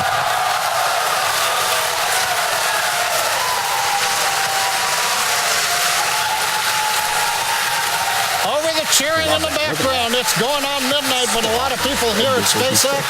Side boosters have separated. They're getting ready for their burn back to Cape Canaveral. You can see on the left and right views, the side boosters have ignited. The center core continues under full power. Everything looking good on the Falcon Heavy. That is some craziness. Next event coming up in about 15 seconds will be shutdown of the center core, followed by stage separation and ignition of the second stage engine. That looks crazy, that shot on the top there. Good views of the two side boosters under the thrust of 3 engines each, slowing down their velocity and coming back towards Cape Canaveral. We have shut down on the center core. Stage separation confirmed.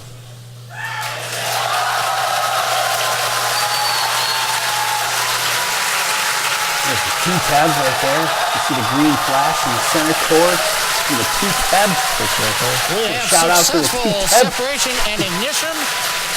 We're coming up on shutdown of the two side boosters. Side booster, boost back shutdown. And we've heard the call out side booster, boost back shutdown.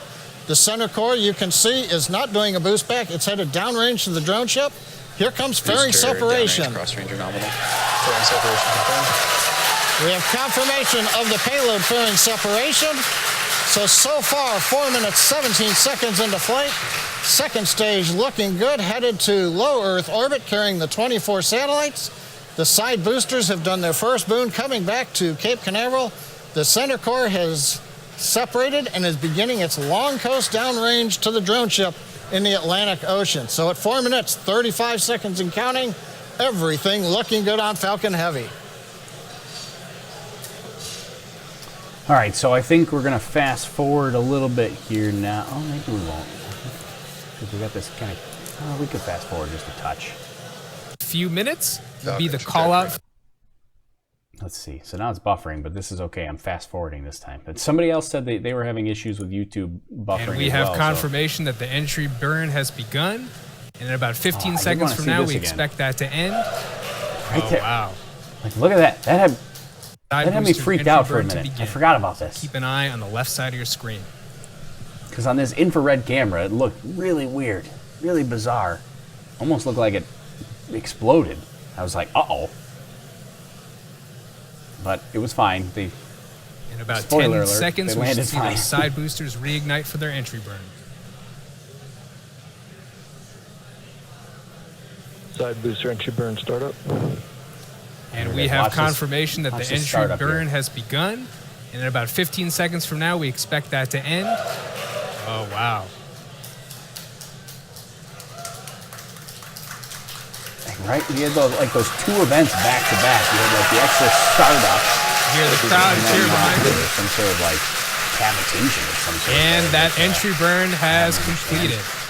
Note that second engine cutoff and the center core will be landing almost at the same time. So we're going to have a few events in succession at about T plus 8 minutes and 21 seconds. So yeah, somebody says looks like overexposed thermal. Yeah, I'm sure it's just because it's like the infrared image.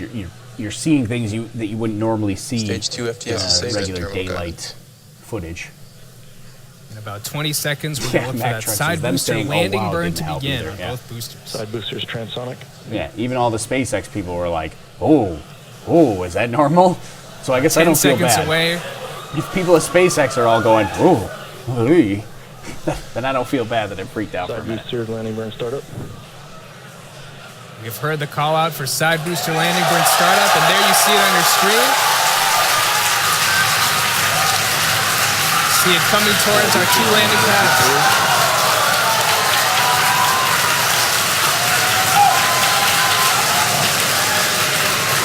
Landing legs deployed. Incredible. Side boosters are successfully landed. Landing operators moving to zero. Confirmed side booster landing. What an iconic view. We've also, at the same time, I believe we've had second engine cutoff at the same time. So cool. See those 2 boosters there. And then, just for good measure, one more time, we'll watch the end of the center core. RIP center core. The hashtag Space Lobster. And we have Sabotage the center core confirmation that again. the center core landing burn has begun. Let's see that coming down on Of Course I Still Love You. Got a pretty good view. And as you can see on our screen, it looks like our center core did not make it on our drone ship. Of Course I Still Love You tonight. Again, as we've been mentioning. So there we go. There's some of our replays there from earlier. So we'll switch back to live here now, and we'll get rid of this little tag. But there's some replays from earlier. That was crazy. Let's see. What's SpaceX for? Does that mean, like, what does it stand for? SpaceX is technically the shortened version of the company name, which is Space Exploration Technologies. But I don't think anybody calls it by the formal name.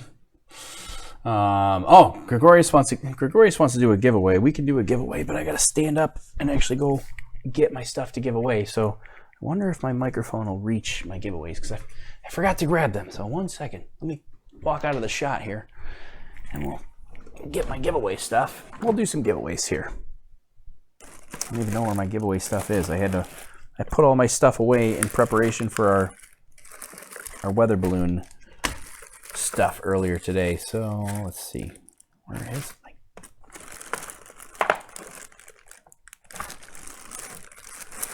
Hold on, we're getting all this stuff pulled out. We need one of these. There it is. That's what I'm looking for. One of those.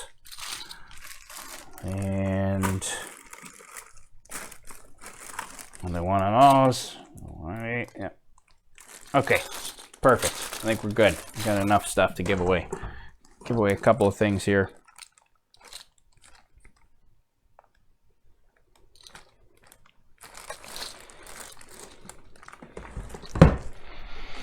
Okay. So what I'm back. I'm back.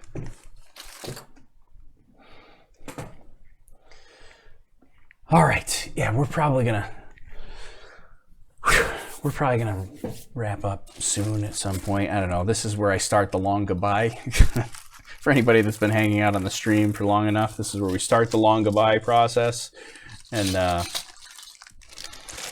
we say goodbye 19 times, and eventually I will actually leave. But not yet. Okay. So in honor of the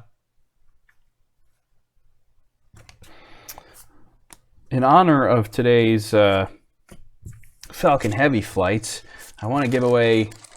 We're going to give away 2 Space Lobster stickers.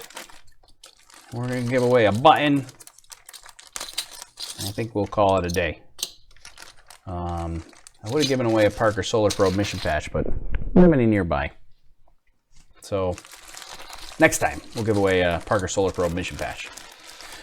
But here we'll do a couple of these giveaways here. I got to pull up Nightbot, and so while I pull up Nightbot here, I'll show you how you can enter to win the giveaways here.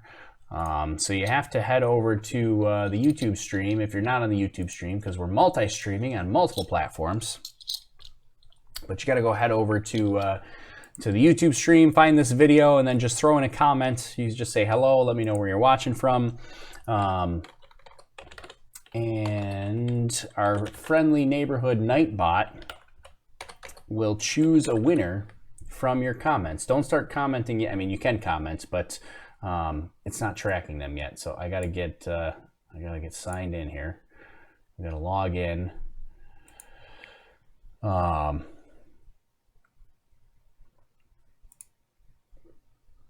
We'll do some giveaways. So here's my plan. I can't leave yet because I'm gonna do some giveaways. I'm gonna show you the footage, a little sneak peek of footage of what we got from our weather balloon flight today. So we're still gonna do that, and then at some point we'll wrap up because I'm exhausted. We had a long day. So we had our weather balloon flight. We had our weather balloon flight earlier today. Sorry, I was trying to listen to what they said. They didn't really say anything else. They just said Tasmania acquisition. But we had our weather balloon flight earlier today. I was up really late last night, like 24 hours ago, getting prepared for that. We had that. That was long and exhausting and stressful. And so, yeah, I don't have a lot of sleep at the moment. We're going to need some of that.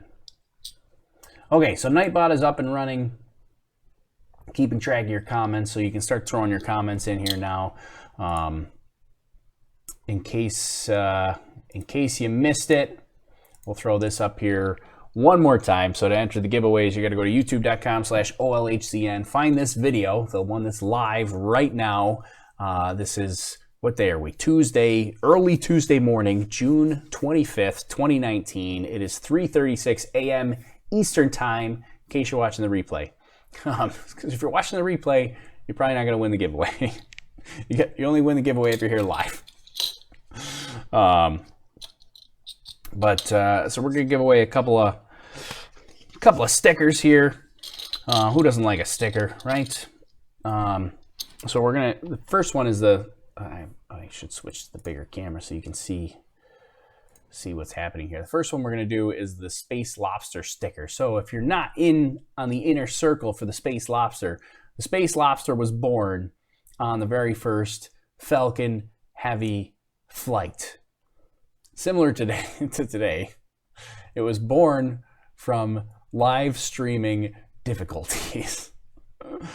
And basically we were midstream during the first Falcon Heavy, and all of a sudden I had a Red Lobster commercial play at like 9,000 decibels in volume just in the middle of my stream. And so it was the Space Lobster that took over my stream. The Space Lobster then took over the internet. It sabotaged that first center core, caused the center core not to land. It has been causing mischief left and right since the inception. And so anyways, we have a Space Lobster mission patch because we launched the Space Lobster to the edge of space on Overlook Horizon 15, our weather balloon flight. And so we did that, and this was our mission patch. We got 2 Space Lobster stickers that I'm going to give away. One is kind of like the official mission patch for it, and the other one is kind of like the secondary mission patch for it. And this is the actual Space Lobster, like an actual picture of the Space Lobster that we launched on our weather balloon. This one's kind of like this is just a graphic on there.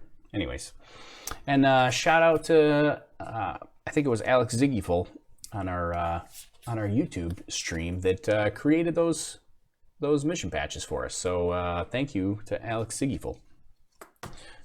I'm pretty sure it's Alex Ziggyful. I get confused about the usernames because Alex Ziggyful has a different username on Facebook, which is the one that I recognize and that I talk to.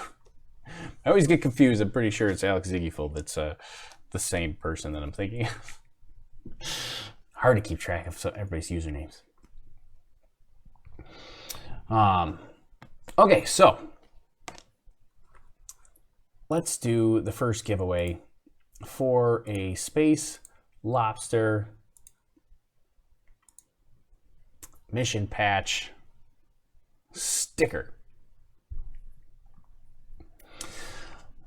All right, so we're gonna let Nightbot here choose. Last chance to get your comments in. You're probably actually not even gonna hear this until I've already rolled it, because there is a little bit of delay in the stream. It's about 20 seconds or so. But But yeah, here we go. We're going to let Nightbot choose a winner for the Space Lobster Mission Patch sticker. All right, here we go. In 3, 2, 1, roll it.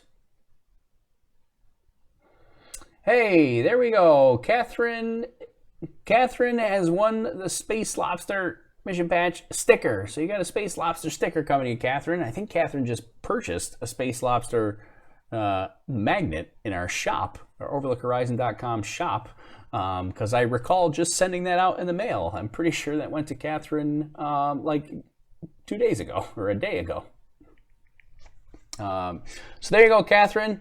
I will say, you send me a direct message on Facebook or Twitter to let me know where you want me to send it to, although I'm pretty sure I still have your address since you just purchased something in our shop. But send me a direct message anyways, and just in case you want it sent somewhere else. But to claim your prize, just send me that direct message on Facebook or Twitter or Instagram, whatever your platform of choice is, but find OLHCN on Facebook, Twitter, or Instagram. Send me a direct message. Okay. Next giveaway, it's the secondary one, our other Space Lobster sticker.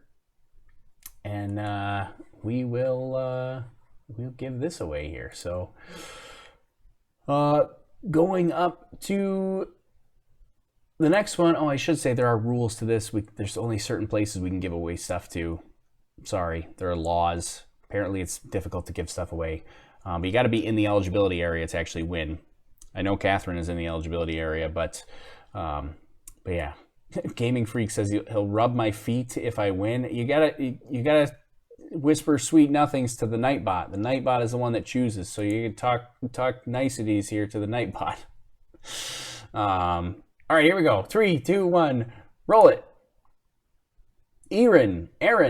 If you're in the eligibility areas, there you go. Space Lobster sticker coming your direction. Send me that direct message on Facebook, Twitter, or the Instagram machines, one of them, and that'll be yours. All right, and Nightbot hates me. Nightbot doesn't hate. Nightbot is just full of sensitivity. Very sensitive to comments. Oh, John Innsbrucker's back. We'll do the pin in just a second here. John is back. John is back. Second stage, we're passing over the Southwest Pacific at this time. Everything looking good as we get ready to light the second stage engine. Currently, we're settling propellant down on top of the turbo pumps, so that when we spin the pumps, they've got plenty of liquid to pull through and light the engine. Seconds away from ignition. Engine at power. We've heard the call out. Engine is at power. This is planned to be about a 22-second burn. A little spotty reception here. Throttling down the MVAC engine. No, I thought. And we heard a report we have good shutdown. It was being deployed. SCS-2 is second engine start 2. It looked on the thing. It looked like it's nominal orbit insertion. And what we love to hear, the guidance, navigation, and control engineer over the countdown net reports good orbital insertion. So we've had a good burn and a good insertion. Now that we're in the good orbit, we're going to be coasting again for the next 5 minutes or so. We'll be back around T plus 1 hour, 18 minutes, and 30 seconds for our next set of deployments. So stay with us. This will be a series of 10 small satellites, as well as the light sail and 6 cosmic satellites. The light sail. Yeah, we want to see the light sail deploy. Oh, and hey. Ladies and gentlemen, we've got way out in the Atlantic, even farther away than the drillship. Ms. Tree successfully with a payload fairing half. The second payload fairing half they've also spotted in the water, but we have accomplished the first landing on the net of a Falcon payload fairing half. So another first-time accomplishment for the SpaceX team, especially out there in the middle of the Atlantic Ocean. That's crazy. They actually got it. Wow. That's awesome. I totally forgot. I was going to say this during the stream earlier, but it's kind of crazy that, I always thought, obviously they got some sort of radar and things like that to get the ship into position, but, I always figured there was some bit of visualization that they were also using during descent, but and so I was concerned about them trying to recover a payload fairing half in the middle of the dark. I mean, obviously most of it is done by radar, but obviously not a problem. They did it. First time they've landed that payload fairing in the net. That is awesome. That is so cool. Changing the name from Mr. Steven to Miss Tree actually worked. That is pretty cool. So basically, and they've got like looks like purple netting. That's kind of new. They had like gray netting to start with. Then they went to this yellow netting. Now it looks like they got some sort of purple netting. I don't know why they keep changing the netting. It didn't just seem like the netting was the problem, but I don't really. They haven't really shared much about what the problem was, but they finally caught one. So yeah, that was kind of unexpected and exciting. Here, let's go back. I want to see that. Look at that. That is awesome. And for some reason, I don't know why I find this so fascinating, but when they start shining the flashlight on it, I don't know. I find that fascinating. They're just kind of like inspecting it from a distance, shining the flashlight. Like, yeah, there it is. There's the payload fairing right there. You see this end here. This is the pointy end. That was at the top, and this end here. That's the bottom end, and this is the outside. And they're just pointing. I don't know what they're pointing the flashlight at. What they could be looking at, but interesting. Although you don't see. I guess the other interesting thing is, where's the parachute?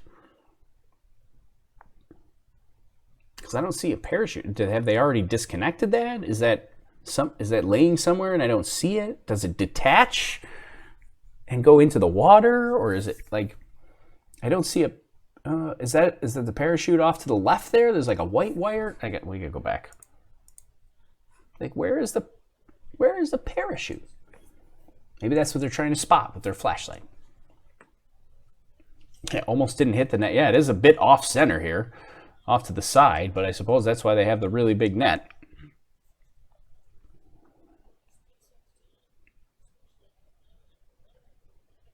That's crazy. That's insane.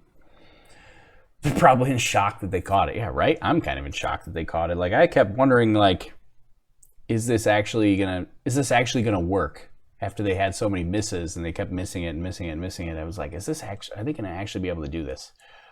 But looks like they did. Well, it doesn't look like they did it. They did. Probably have pyros on the parachute. Yeah, maybe. I don't know what the white cord here, I don't know what this is. I don't think these white cords have anything to do with the actual payload fairing. But I was looking at this one here. I was like, maybe this is like the parachute line or something, but I don't think it is. It seems like maybe the parachute is detached.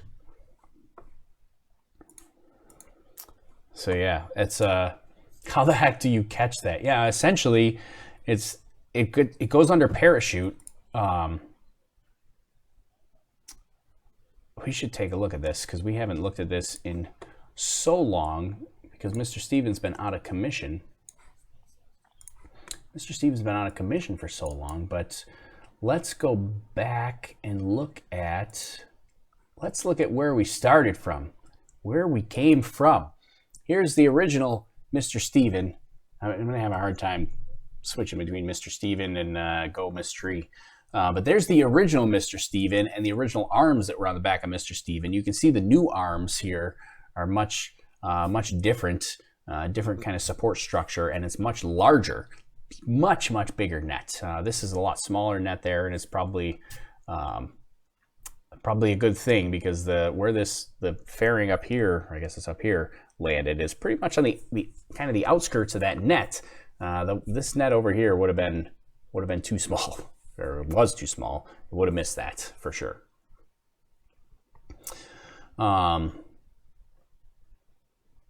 So yeah, that's what Mr. Steven, that's where it started from and where it came from. Do I have another picture of Mr. Steven? I think I do. So they tried a couple times to land it. They kept missing it. It would go into the ocean there. They missed it once here. They missed it another time here. They came really close on another time here. So this is basically what it looks like. It parachutes. It comes down under parachute, and here's a better shot at it right here. So it comes down under parachute like this, kind of this parafoil, and basically they drive the boat underneath it to catch this thing. So, all right, they're coming back. So I'm going to switch back to here. Looks like we're still waiting to get connectivity, so despite what I just said, we may not get a visual. Hopefully that comes back on for us.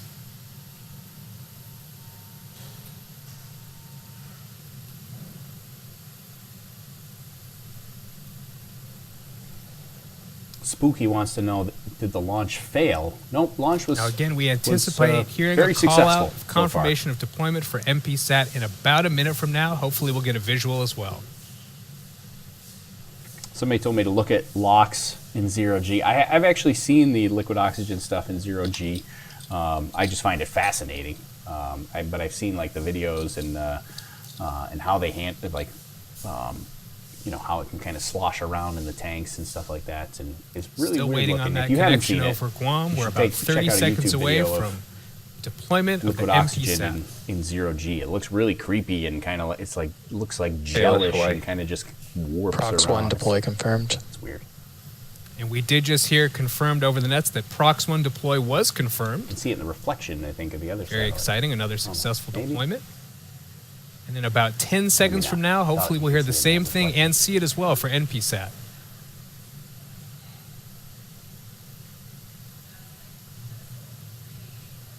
And there you see the release on your screen of MPSat, a successful deploy deployment confirmed. and confirmed over the nets. Amazing. The next deployment will be for the General Atomics Electromagnetic Systems Orbital Testbed, or OTB. Separation will occur in just about a couple minutes from now. Due to the positioning of our camera, though, we will not be expecting to see this deployment live. OTB is a versatile modular platform based on a flight-proven hosting model to test and qualify technologies. SSC Hawaii. On STP-2, OTB is hosting several payloads for technology demonstration purposes, including the Deep Space Atomic Clock, designed, built, and operated by NASA's Jet Propulsion Laboratory on behalf of the Space Technology Mission Directorate to revolutionize how spacecrafts navigate. This Deep Space Atomic Clock could change the way we navigate in space. It will be the first ever ion clock flown in space and represents the beginning of an era of better space clocks based on the Mercury ion. It loses only 1 second in 9 million years. Any atomic clock for navigation has to be very precise. Even a clock that is off by 1 second could mean the difference between landing on Mars and missing it by miles.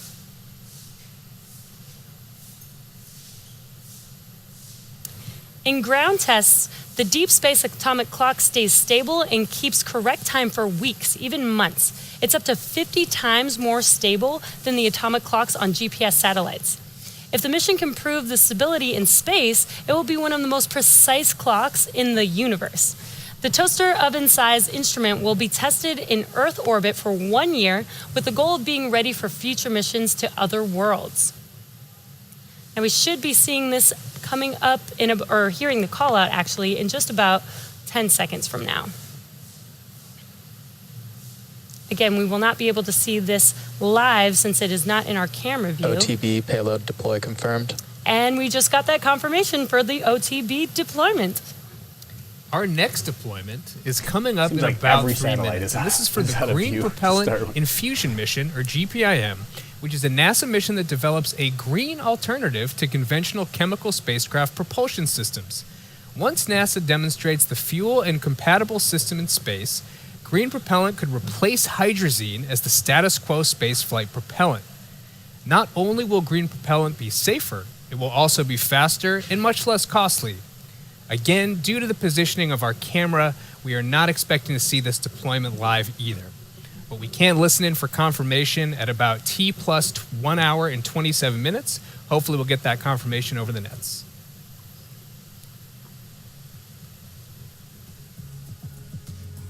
Oh, and they brought the music back. So, yeah, I can already see the Twitter machine is kind of just blowing up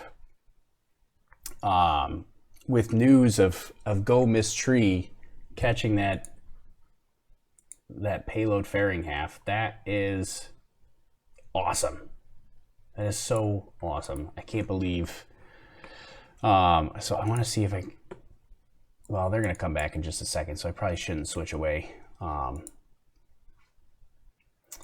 But it's been a long time coming for Mr. Stevens / Go Miss Tree, and now that they finally caught it. Now, hopefully, and the nice thing is, like, once they found the secret formula to catch these payload fairings, now hopefully they can repeat it and just keep doing it, and it's a repeatable process, and now they're onto it. Now they've got it covered, and they can go on and on.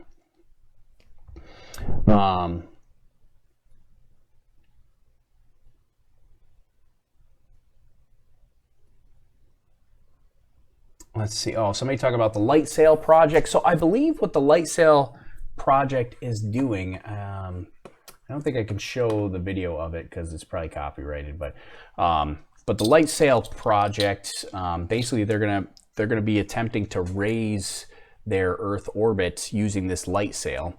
And so they've got the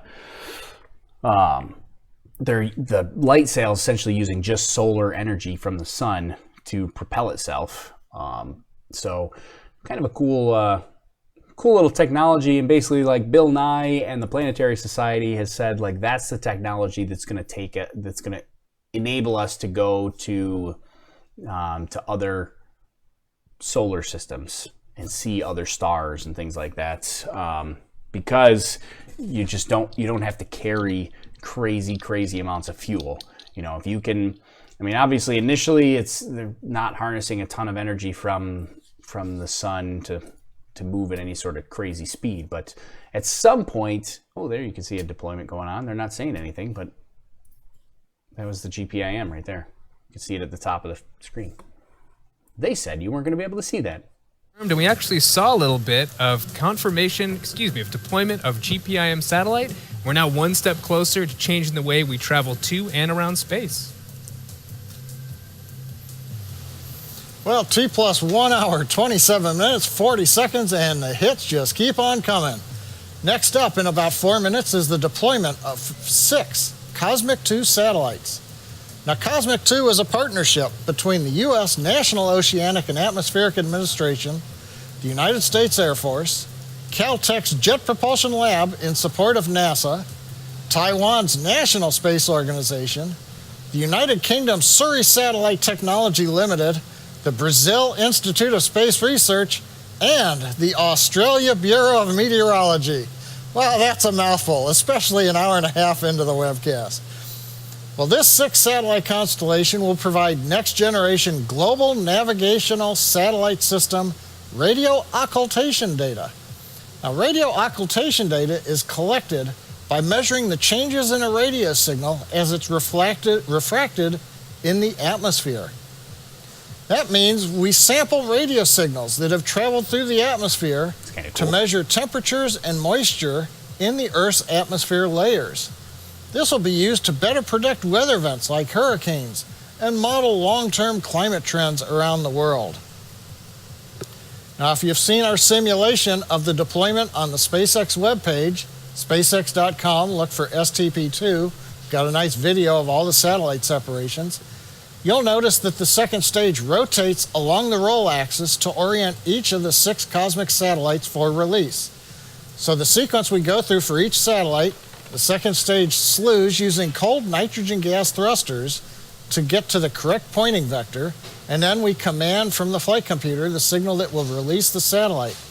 Once that satellite is deployed, the flight computer then commands the stage to rotate to the next position, and another cosmic satellite is deployed, and we'll repeat this process until all 6 are separated. Now currently we're coming up in a little under 2 minutes for Cosmic 2-5 to deploy. The numbers are 1 through 6, but we don't deploy them in that order. The view you can see from space right now, just a second ago, the SpaceX camera on the back end of the second stage showed the MVAC-D nozzle extension. It's cold after its recent second burn, and we occasionally vent liquid oxygen out the drain tube to help keep pressure stable in the stage. Not this view, but the other one showed one of those nice pieces of solid oxygen. That's oxygen in the vacuum of space. It's so cold that it's turned into solid. It's not a liquid or gaseous oxygen like we breathe. That gives it that very fragile looking Christmas tree look, and it's not very hard. It's a very fragile substance. You'll see those pop off during the flight, and you'll probably see them going past the camera looking forward from time to time as the stage maneuvers around. Now currently we are in a 3.5-minute maneuver to get to the correct position for the deployments. As I mentioned, the next deployment comes up at just after 31.5 minutes, 1 hour, 31.5 minutes into flight. So we're gonna wait and look for it. Now in the view that you can see on your monitor, Cosmic 2-5 is in the top left of center. You can see part of it has a white bottom. That should be the Cosmic 2-5 satellite that we'll see deploy coming up here in just over 1 minute. Just next to it is another one of the cosmic satellites, and then there's a third one also on the right above the one closest to the camera. So we should have 3 good views, and there goes the first cosmic satellite. 2, satellite 5, deploy confirmed. Right on time, within a second or so of the timeline that was set up days ago, so everything looking good. Now the cosmic satellites, as I mentioned, are mounted around the dispenser. Now if you remember again our Iridium missions, we had 2 cylinders mounted on top of each other, each holding 5 satellites. Now the design for STP-2 has 2 cylinders that hold the cosmic satellites. There are 4 satellites on the lower cylinder, and there are 2 on the upper cylinder. We just saw one of them on the lower cylinder, Satellite 5, separate. And of course, just like the Iridium mission, our camera cannot see all sides of the cylinder.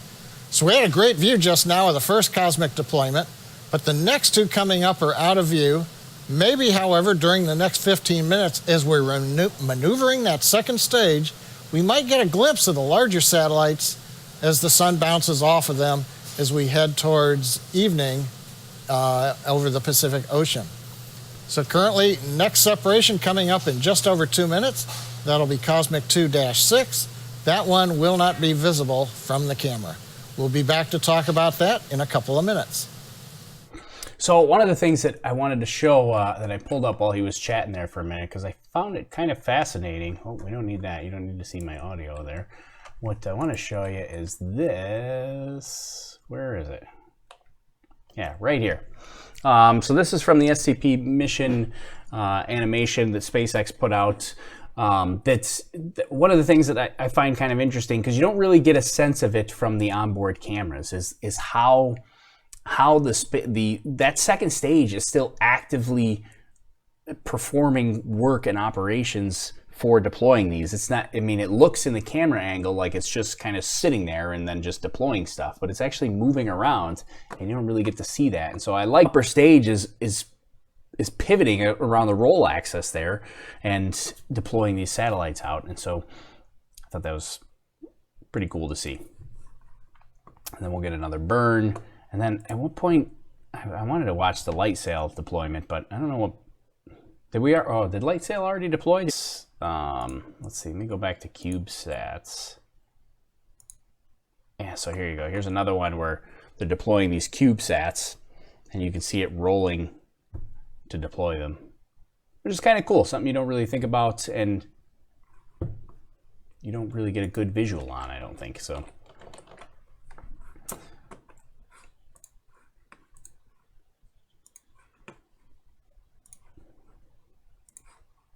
-6 satellites successfully deployed. Now, Similar to what we do on Iridium, we've got another 2-minute pause. We'll be back for Cosmic 2-2 deploy. This one also will not be visible from the camera.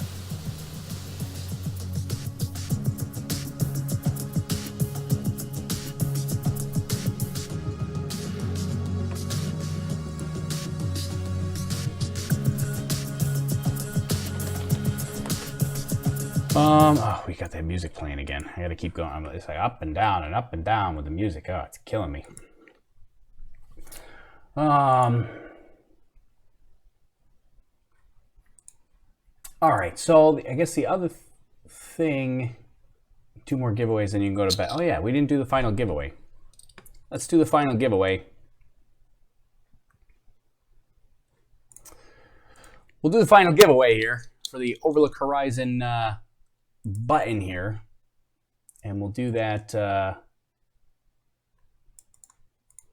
last giveaway, and then I'm going to show you. I promised I would show a sneak peek of our weather balloon footage, so I am going to show that as a reward for those people that stuck around. A little Easter egg at the end here. We'll have that. We're going to put that in as well, so we'll take a little sneak peek. All right, so head to the YouTube channel, same rules as before. Throw in a comment, and we'll let Nightbot pick someone here. And so, yeah, just got to throw that comment in. If you commented before, your comments are gone. So you got to throw in a new comment to get yourself eligible, and I'll give you a couple seconds to do that here.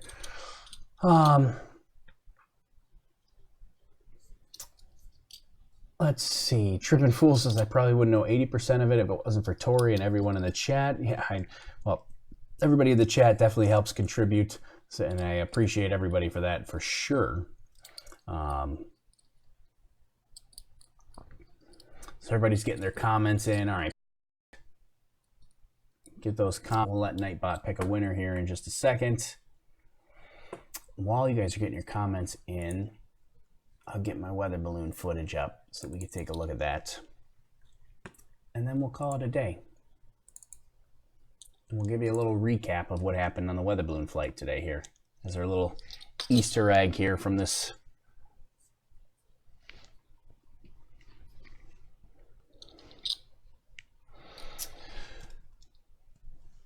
All right, let's see.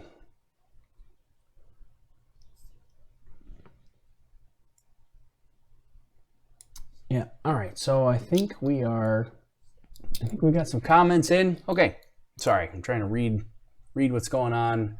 Tired. We're trying to get it done here. All right, so here we go. Giving away the Overlook Horizon button here. Whoa, hello. It's dented now. No, it's fine. It's got a little pin on the back there.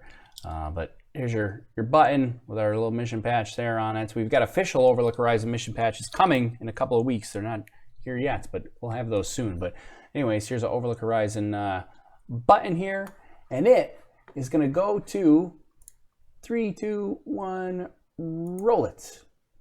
There you go. It's going to Elvis. Elvis is in the building. Elvis has won the Overlook Horizon button here. So Elvis, as long as you're in the eligibility area, which is the US, Canada, European Union, and the UK, with some exceptions, congratulations to you. You've won it. You got to send me a direct message. If you got the Twitter machine, that is the easiest way to send me a direct message, is on the Twitter stuff. But we also got a Facebook and an Instagram if that's your deal too. But send me a direct message. You just got to let me know where you want me to mail it to, and then I'll send it out to you, along with our other sticker winners, which was Aaron and Catherine. So send me those addresses, and they will go out. Usually goes out within like a week or two, but I will try to get those out this week actually. If you can send that to me right away. So there we go. Okay, what else are we gonna show? Oh, here we go. There's a satellite Tenet is deployment on happened its there. way into its own orbit. Missed it. You can see a little bit of that round mounting ring where the satellite was attached to the dispenser that's attached on top of the Falcon Heavy second stage. So next up, we've got Cosmic 2-1. That one is on the back side. That'll be in 3 minutes. We won't be able to see it. And then we'll wrap up with Cosmic 2-3. So we're 4 down, 2 to go with the Cosmic satellites. The P-pods have all opened. They've deployed their CubeSats. The small sats have all deployed. So we've got 2 more Cosmics to go. And then if you can see at the top left of center, that large white flat panel, the very last satellite to be deployed, and that's still another couple hours away almost. That's the DSX satellite that'll cap off the mission. So that one's going to be there for a while, but we'll be bringing you that after we get through the 3rd and the 4th burns of the upper stage engine. But for now, we're going to sit back, watch the video from space, and prepare for Cosmic 2-1 deploy coming up in just over 2 minutes. All right, so here's our little sneak peek here. I want to say, I'm going to turn this down here, get this out of my ear here, so I'm not listening to the music. But anyway, so as far as the weather balloon stuff, one thing I would say is it didn't turn out quite as well as I hoped it would. So today was forecasted to be mostly sunny. It was not mostly sunny. It was pretty much overcast, which I was quite annoyed by, because we basically picked this day because it was supposed to be mostly sunny and we were supposed to get great images from it. It was also a good flight pattern, so it was supposed to be great all around. But in the end, it was an overcast day. It was crazy how overcast it was. So our images get very, very washed out. So we've got 3 cameras on board. Camera 1 worked great, perfectly the whole time. Camera 2 died partway through the flight, which is kind of crazy. I guess we'll start there. But camera 2, this is a bit of a graph here of our. Let's see, can I show that? Why does it come up like that? I don't want it to do that, but that's okay. So this is a graph here of our camera voltage, and this, where's my mouse? This is the red line here. This is the voltage on camera 2, and you can see it started out lower than camera 1, which is a bit concerning. Like maybe there's something wrong with the battery. I don't know. It should have started at the same as camera 1, but the same batteries, but it started a bit lower. But okay, no problem. It continued on, but it is on the low side because usually these batteries are meant to go only to 3.3 volts, and then at 3.3 they're done. So this is basically started the flight with essentially a dead battery, which I don't know how that happened. But anyway, so you got camera 1 is the blue, the voltage here. Camera 2 is the red, and then this purple line here is the temperature inside the payload. And so you can see the temperature. I'm going to kind of explain what's going on. During ascent here, the temperature kind of dips while it's climbing the atmosphere, and then it stabilizes a little bit, and it doesn't get that terribly cold in the payload. So this is about 50 degrees Fahrenheit. Somebody will have to convert that to Celsius for me, but it's about 50 degrees Fahrenheit. That's still pretty warm, and this is where it stabilizes as it starts to it goes through the tropopause into the stratosphere here, and then it starts to warm up in the stratosphere, so the temperature inside the payload kind of stabilizes. And then right here is balloon burst, and so when you get to balloon burst, then all of a sudden the temperature plummets because now it starts falling, and the cold air starts getting forced into all the gaps, you know, any sort of air leak in the payload. All the cold air starts getting forced through it as it starts falling. And sorry, I wanted to make sure they're kind of back live here chatting a little bit, but we're pretty much going to wrap up here now. So anyway, so as the the burst happened and the payload started falling. It gets really cold. This part is normal. It did get down to about like 32-ish degree, right about freezing inside the payload. But then all of a sudden, you frequently see these voltage dips when you start to get cold temperatures. But this one dipped and then it just died, right to zero. It was done. And so we lost camera 2, but camera 1 worked just fine. And then we've got camera 3. We don't currently track the voltage on camera 3 yet. That's an improvement for future flights, but camera 3 worked flawlessly as well. And camera 3 actually probably got the best footage. That's the one that faces the balloon. So anyways, all right, here, let's take a look at what we've got. So camera 1, we'll give you a bit of the sneak peek here. Let's see, get rid of this, and we'll go to this. I'm gonna need this back in my ear.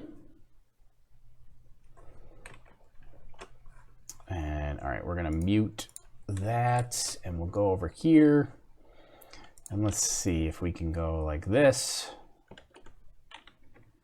All right, you can hear me chatting in the, oh no, you can't hear it because I have to turn it up, but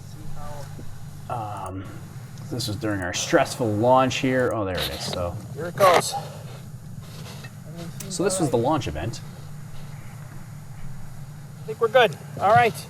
3, 2, 1, and oh man, I'm just nervous for some reason this time around. Okay, 3, 2, 1, launch. And away it went. And so we had good views for a little while till but you look at all the clouds. You can see it's pretty much overcast. They called for mostly sunny days, or mostly sunny day today. I was following hour by hour with the forecast, and even as I was driving to the launch site, it was telling me on my forecast mostly sunny, and I'm looking at the sky going, no, it's not.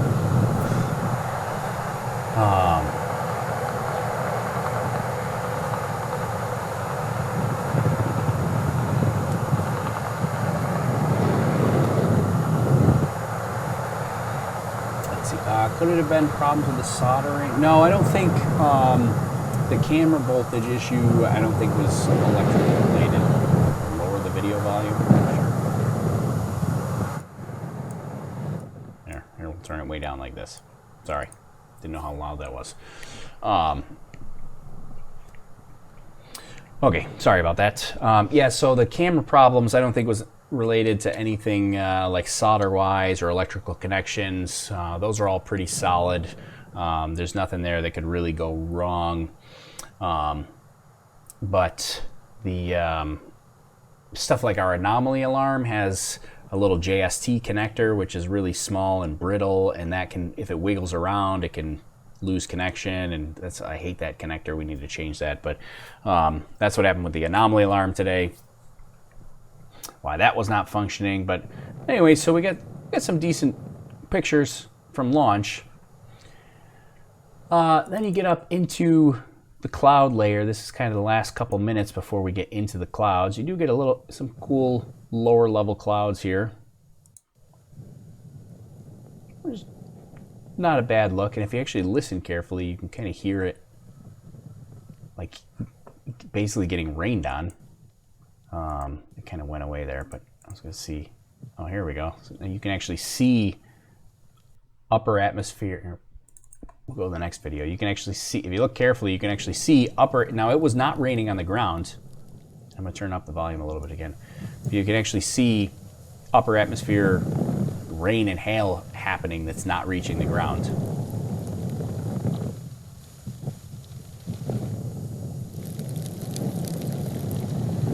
And I don't know if you can hear that very well, but look at all the like hail that's falling through there. It's all like hail and rain and such. All stuff that's wasn't reaching the ground at all.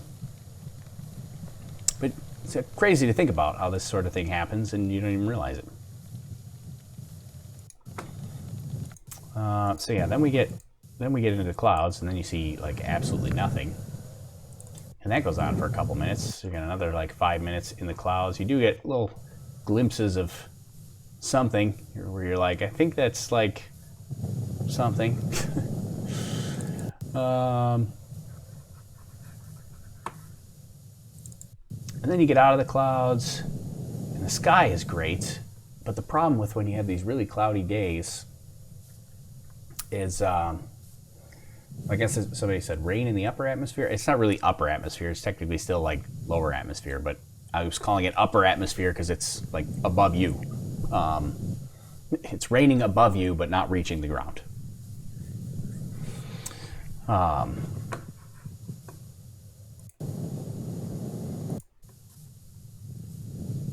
But yeah, so what I was saying is the problem with these really cloudy days like this is it just completely washes out the camera footage. And so you almost get just like white. You don't even see details of the clouds because you don't have something to contrast against.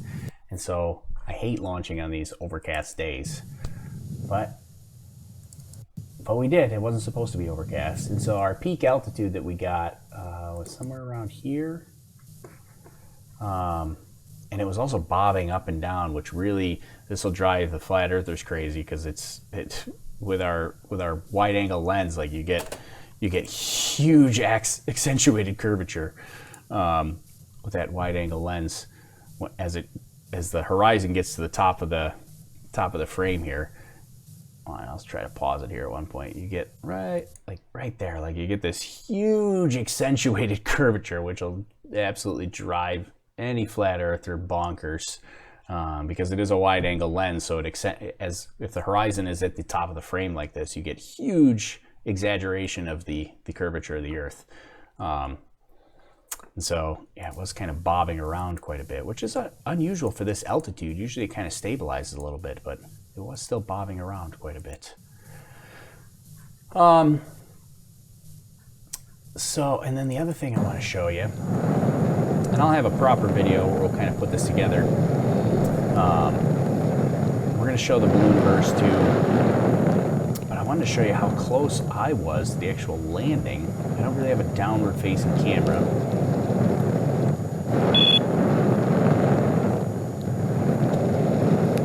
So that little beep, turn this down again.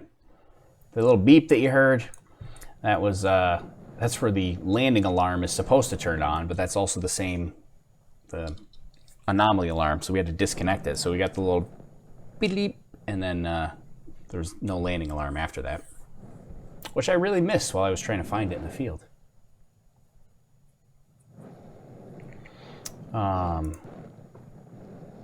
All right, so yeah, so I was, as it's coming down, this is my car right here. I don't know how well you can see this. This is my car. I'm like standing in this field.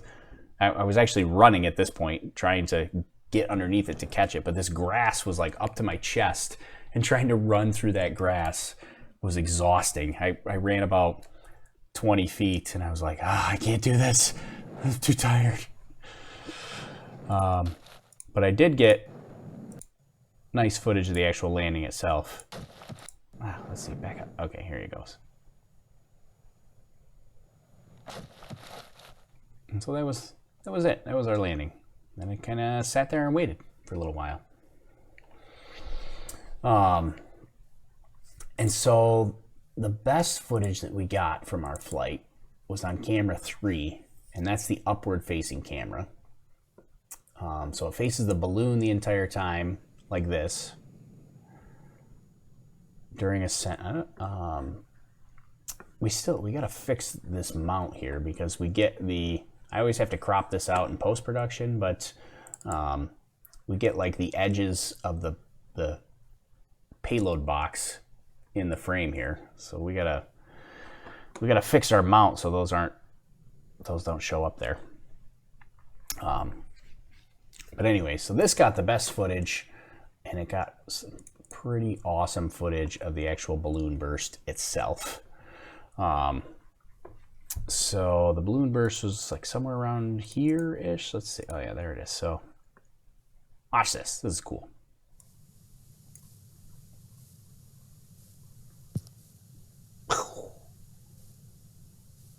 There it goes. There's the balloon burst. I'll watch that again. I don't know if you even notice this, but right right here. Like I posted this picture earlier, but look at this cloud of helium that you can see clear as day. There's just that helium. It's awesome. That was the coolest part of all the footage that we got, but the rest of it is all very washed out and unfortunate. But the good news is we got to test a lot of our technology today. So that was all great.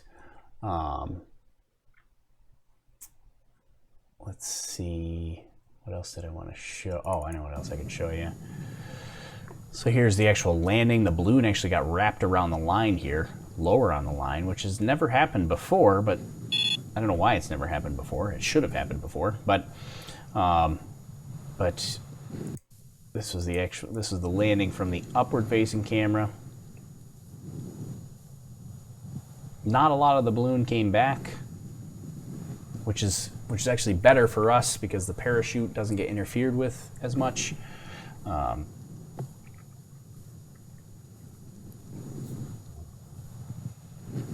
If too much of the balloon comes back, it can wrap around the parachute, interfere with it. That becomes an issue. So there's that landing, and then after it landed, I'm gonna post a video of this later. Well, there's just looking up at my face. But I did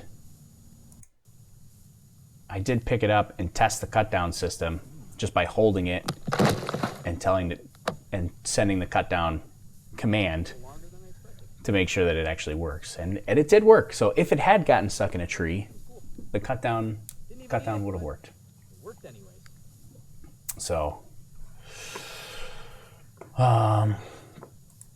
there we go. That's the sneak peek of footage. We'll have some more detailed footage that we'll put together in a proper video at some point. But there, you got a little sneak peek. There's the treat for sticking around for so long here.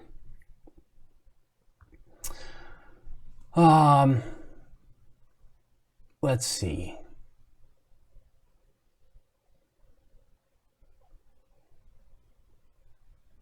Yeah, there's slow motion. Yeah, we do have some slow motion video of the balloon popping. I'll actually probably I'll make this one slow motion as well, and we'll post that a little bit later.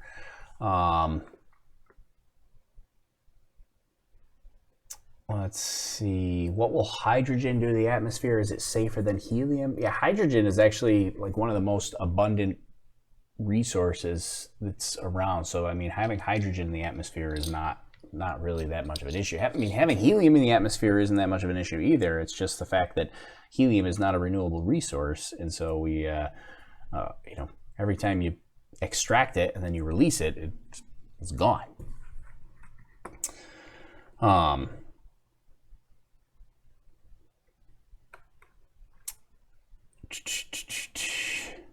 Let's see.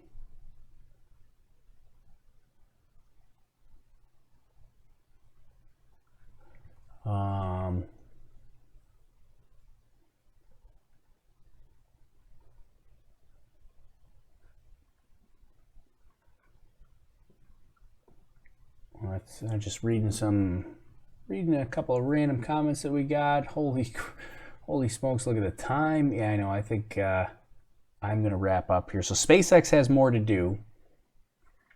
I would normally stick around until the end of their deployment. We would do something else. We could play Kerbal, or I don't know. We could hang out and do something. But I'm exhausted. I had a long day launching our weather balloon. I was up really, really late last night. Didn't get a lot of sleep last night. Not going to get a lot of sleep tonight. So I got to go to bed and at least try to get some sleep. Because I'm going to be a zombie tomorrow. So yeah, I'm going to leave you here with this point in the broadcast. SpaceX does have one more deployment and medium Earth orbit to do. So if you want to stick around and watch that, you can head over to the SpaceX broadcast. They will stream that and broadcast that. I'm unfortunately not going to stick around for that because I'm going to go to bed tired. But I appreciate everybody sticking around as late as it is, because it was still fun, even though I'm exhausted. And the big takeaway for me is that Miss Tree caught the payload fairing. That was awesome. That is so cool. I'm so happy that they finally caught it, and now they can check that one off the list and say that it can be done, and now hopefully they can repeat it. But at least they know it can be done, and now they can continue developing this technology. Before, every time they kept missing. Eventually you get to the point and you get people that kind of doubt the process, probably myself included a little bit, that you're like, is this going to work? Like, should we just abandon this idea? But they stuck with it, and they showed that they can do it, and it works, and now they'll develop it further. So, all right, well, that's the end. Thanks everybody for watching. It's been a late night. It was fun. Falcon Heavy, third Falcon Heavy. I gotta see one of these in person one day, but that was awesome. And we'll share some more tomorrow. I'm sure I'll share out some pictures, probably the Go Miss Tree with that payload fair. I might do that tonight because that was pretty awesome. Go back and look at that. But yeah, maybe like the video, subscribe to the channel if you like this sort of thing, if you had a good time, if you're not already. I appreciate that. Send over some hearts if you're watching on Periscope and all that kind of good stuff. And we will see you guys all again next time in the next live stream, which is not when is the next live stream? I don't know when the next live stream is. What is it? CRS 18? Is that the next one? Is there anything before that? We got Electron. Electron is or Rocket Lab is doing their Electron rocket. That's supposed to be later this week. I probably won't be able to. I've been meaning to stream a Rocket Lab launch, but I won't be able to do that one. You got the Atlas V. That's been delayed. So that was supposed to be like in a couple of days, and that's been delayed into July. And yeah, so it looks like the next big SpaceX stream is going to be CRS 18. That's like late July. So we might actually, the next stream that we might have might be another balloon launch, because at that point we may be launching Overlook Horizon 18, which will be our first flight with live video. I'm excited for that. We'll see how we can do. Let's see how we can do that. So, so the next balloon launch is tentatively scheduled for no earlier than July 15th. So it will be July 15th or after that will be our next balloon launch. So no earlier than July 15th, but potentially shortly thereafter. We'll have to see what the weather looks like as we get closer to that. So yeah, we'll do another one, and then we're going to try to cram a couple more in July and August, since we got such a slow start at the beginning of this season here. We'll see if we can get a couple more in July, August, and September. We'll see how that goes. Okay. Well, we've got the Gregorius keeps reminding me about the beach ball experiment, the Parker Solar Pro. We want to send up Parker Solar Pro beach ball on a balloon flight. We've got another balloon sat from another group that's actually going to fly a guest payload with us this summer. So we've got that to do. So we got a full schedule coming up, and so yeah, we're gonna see if we can get them all done. All right, that's it. I gotta go to bed. All right, thanks everybody for watching. My name's Tori. This is Overlook Horizon. I had fun. I'm glad you joined us and stuck around here tonight. And we'll see you guys and talk to you all soon. Thanks for joining. Take care. Goodbye.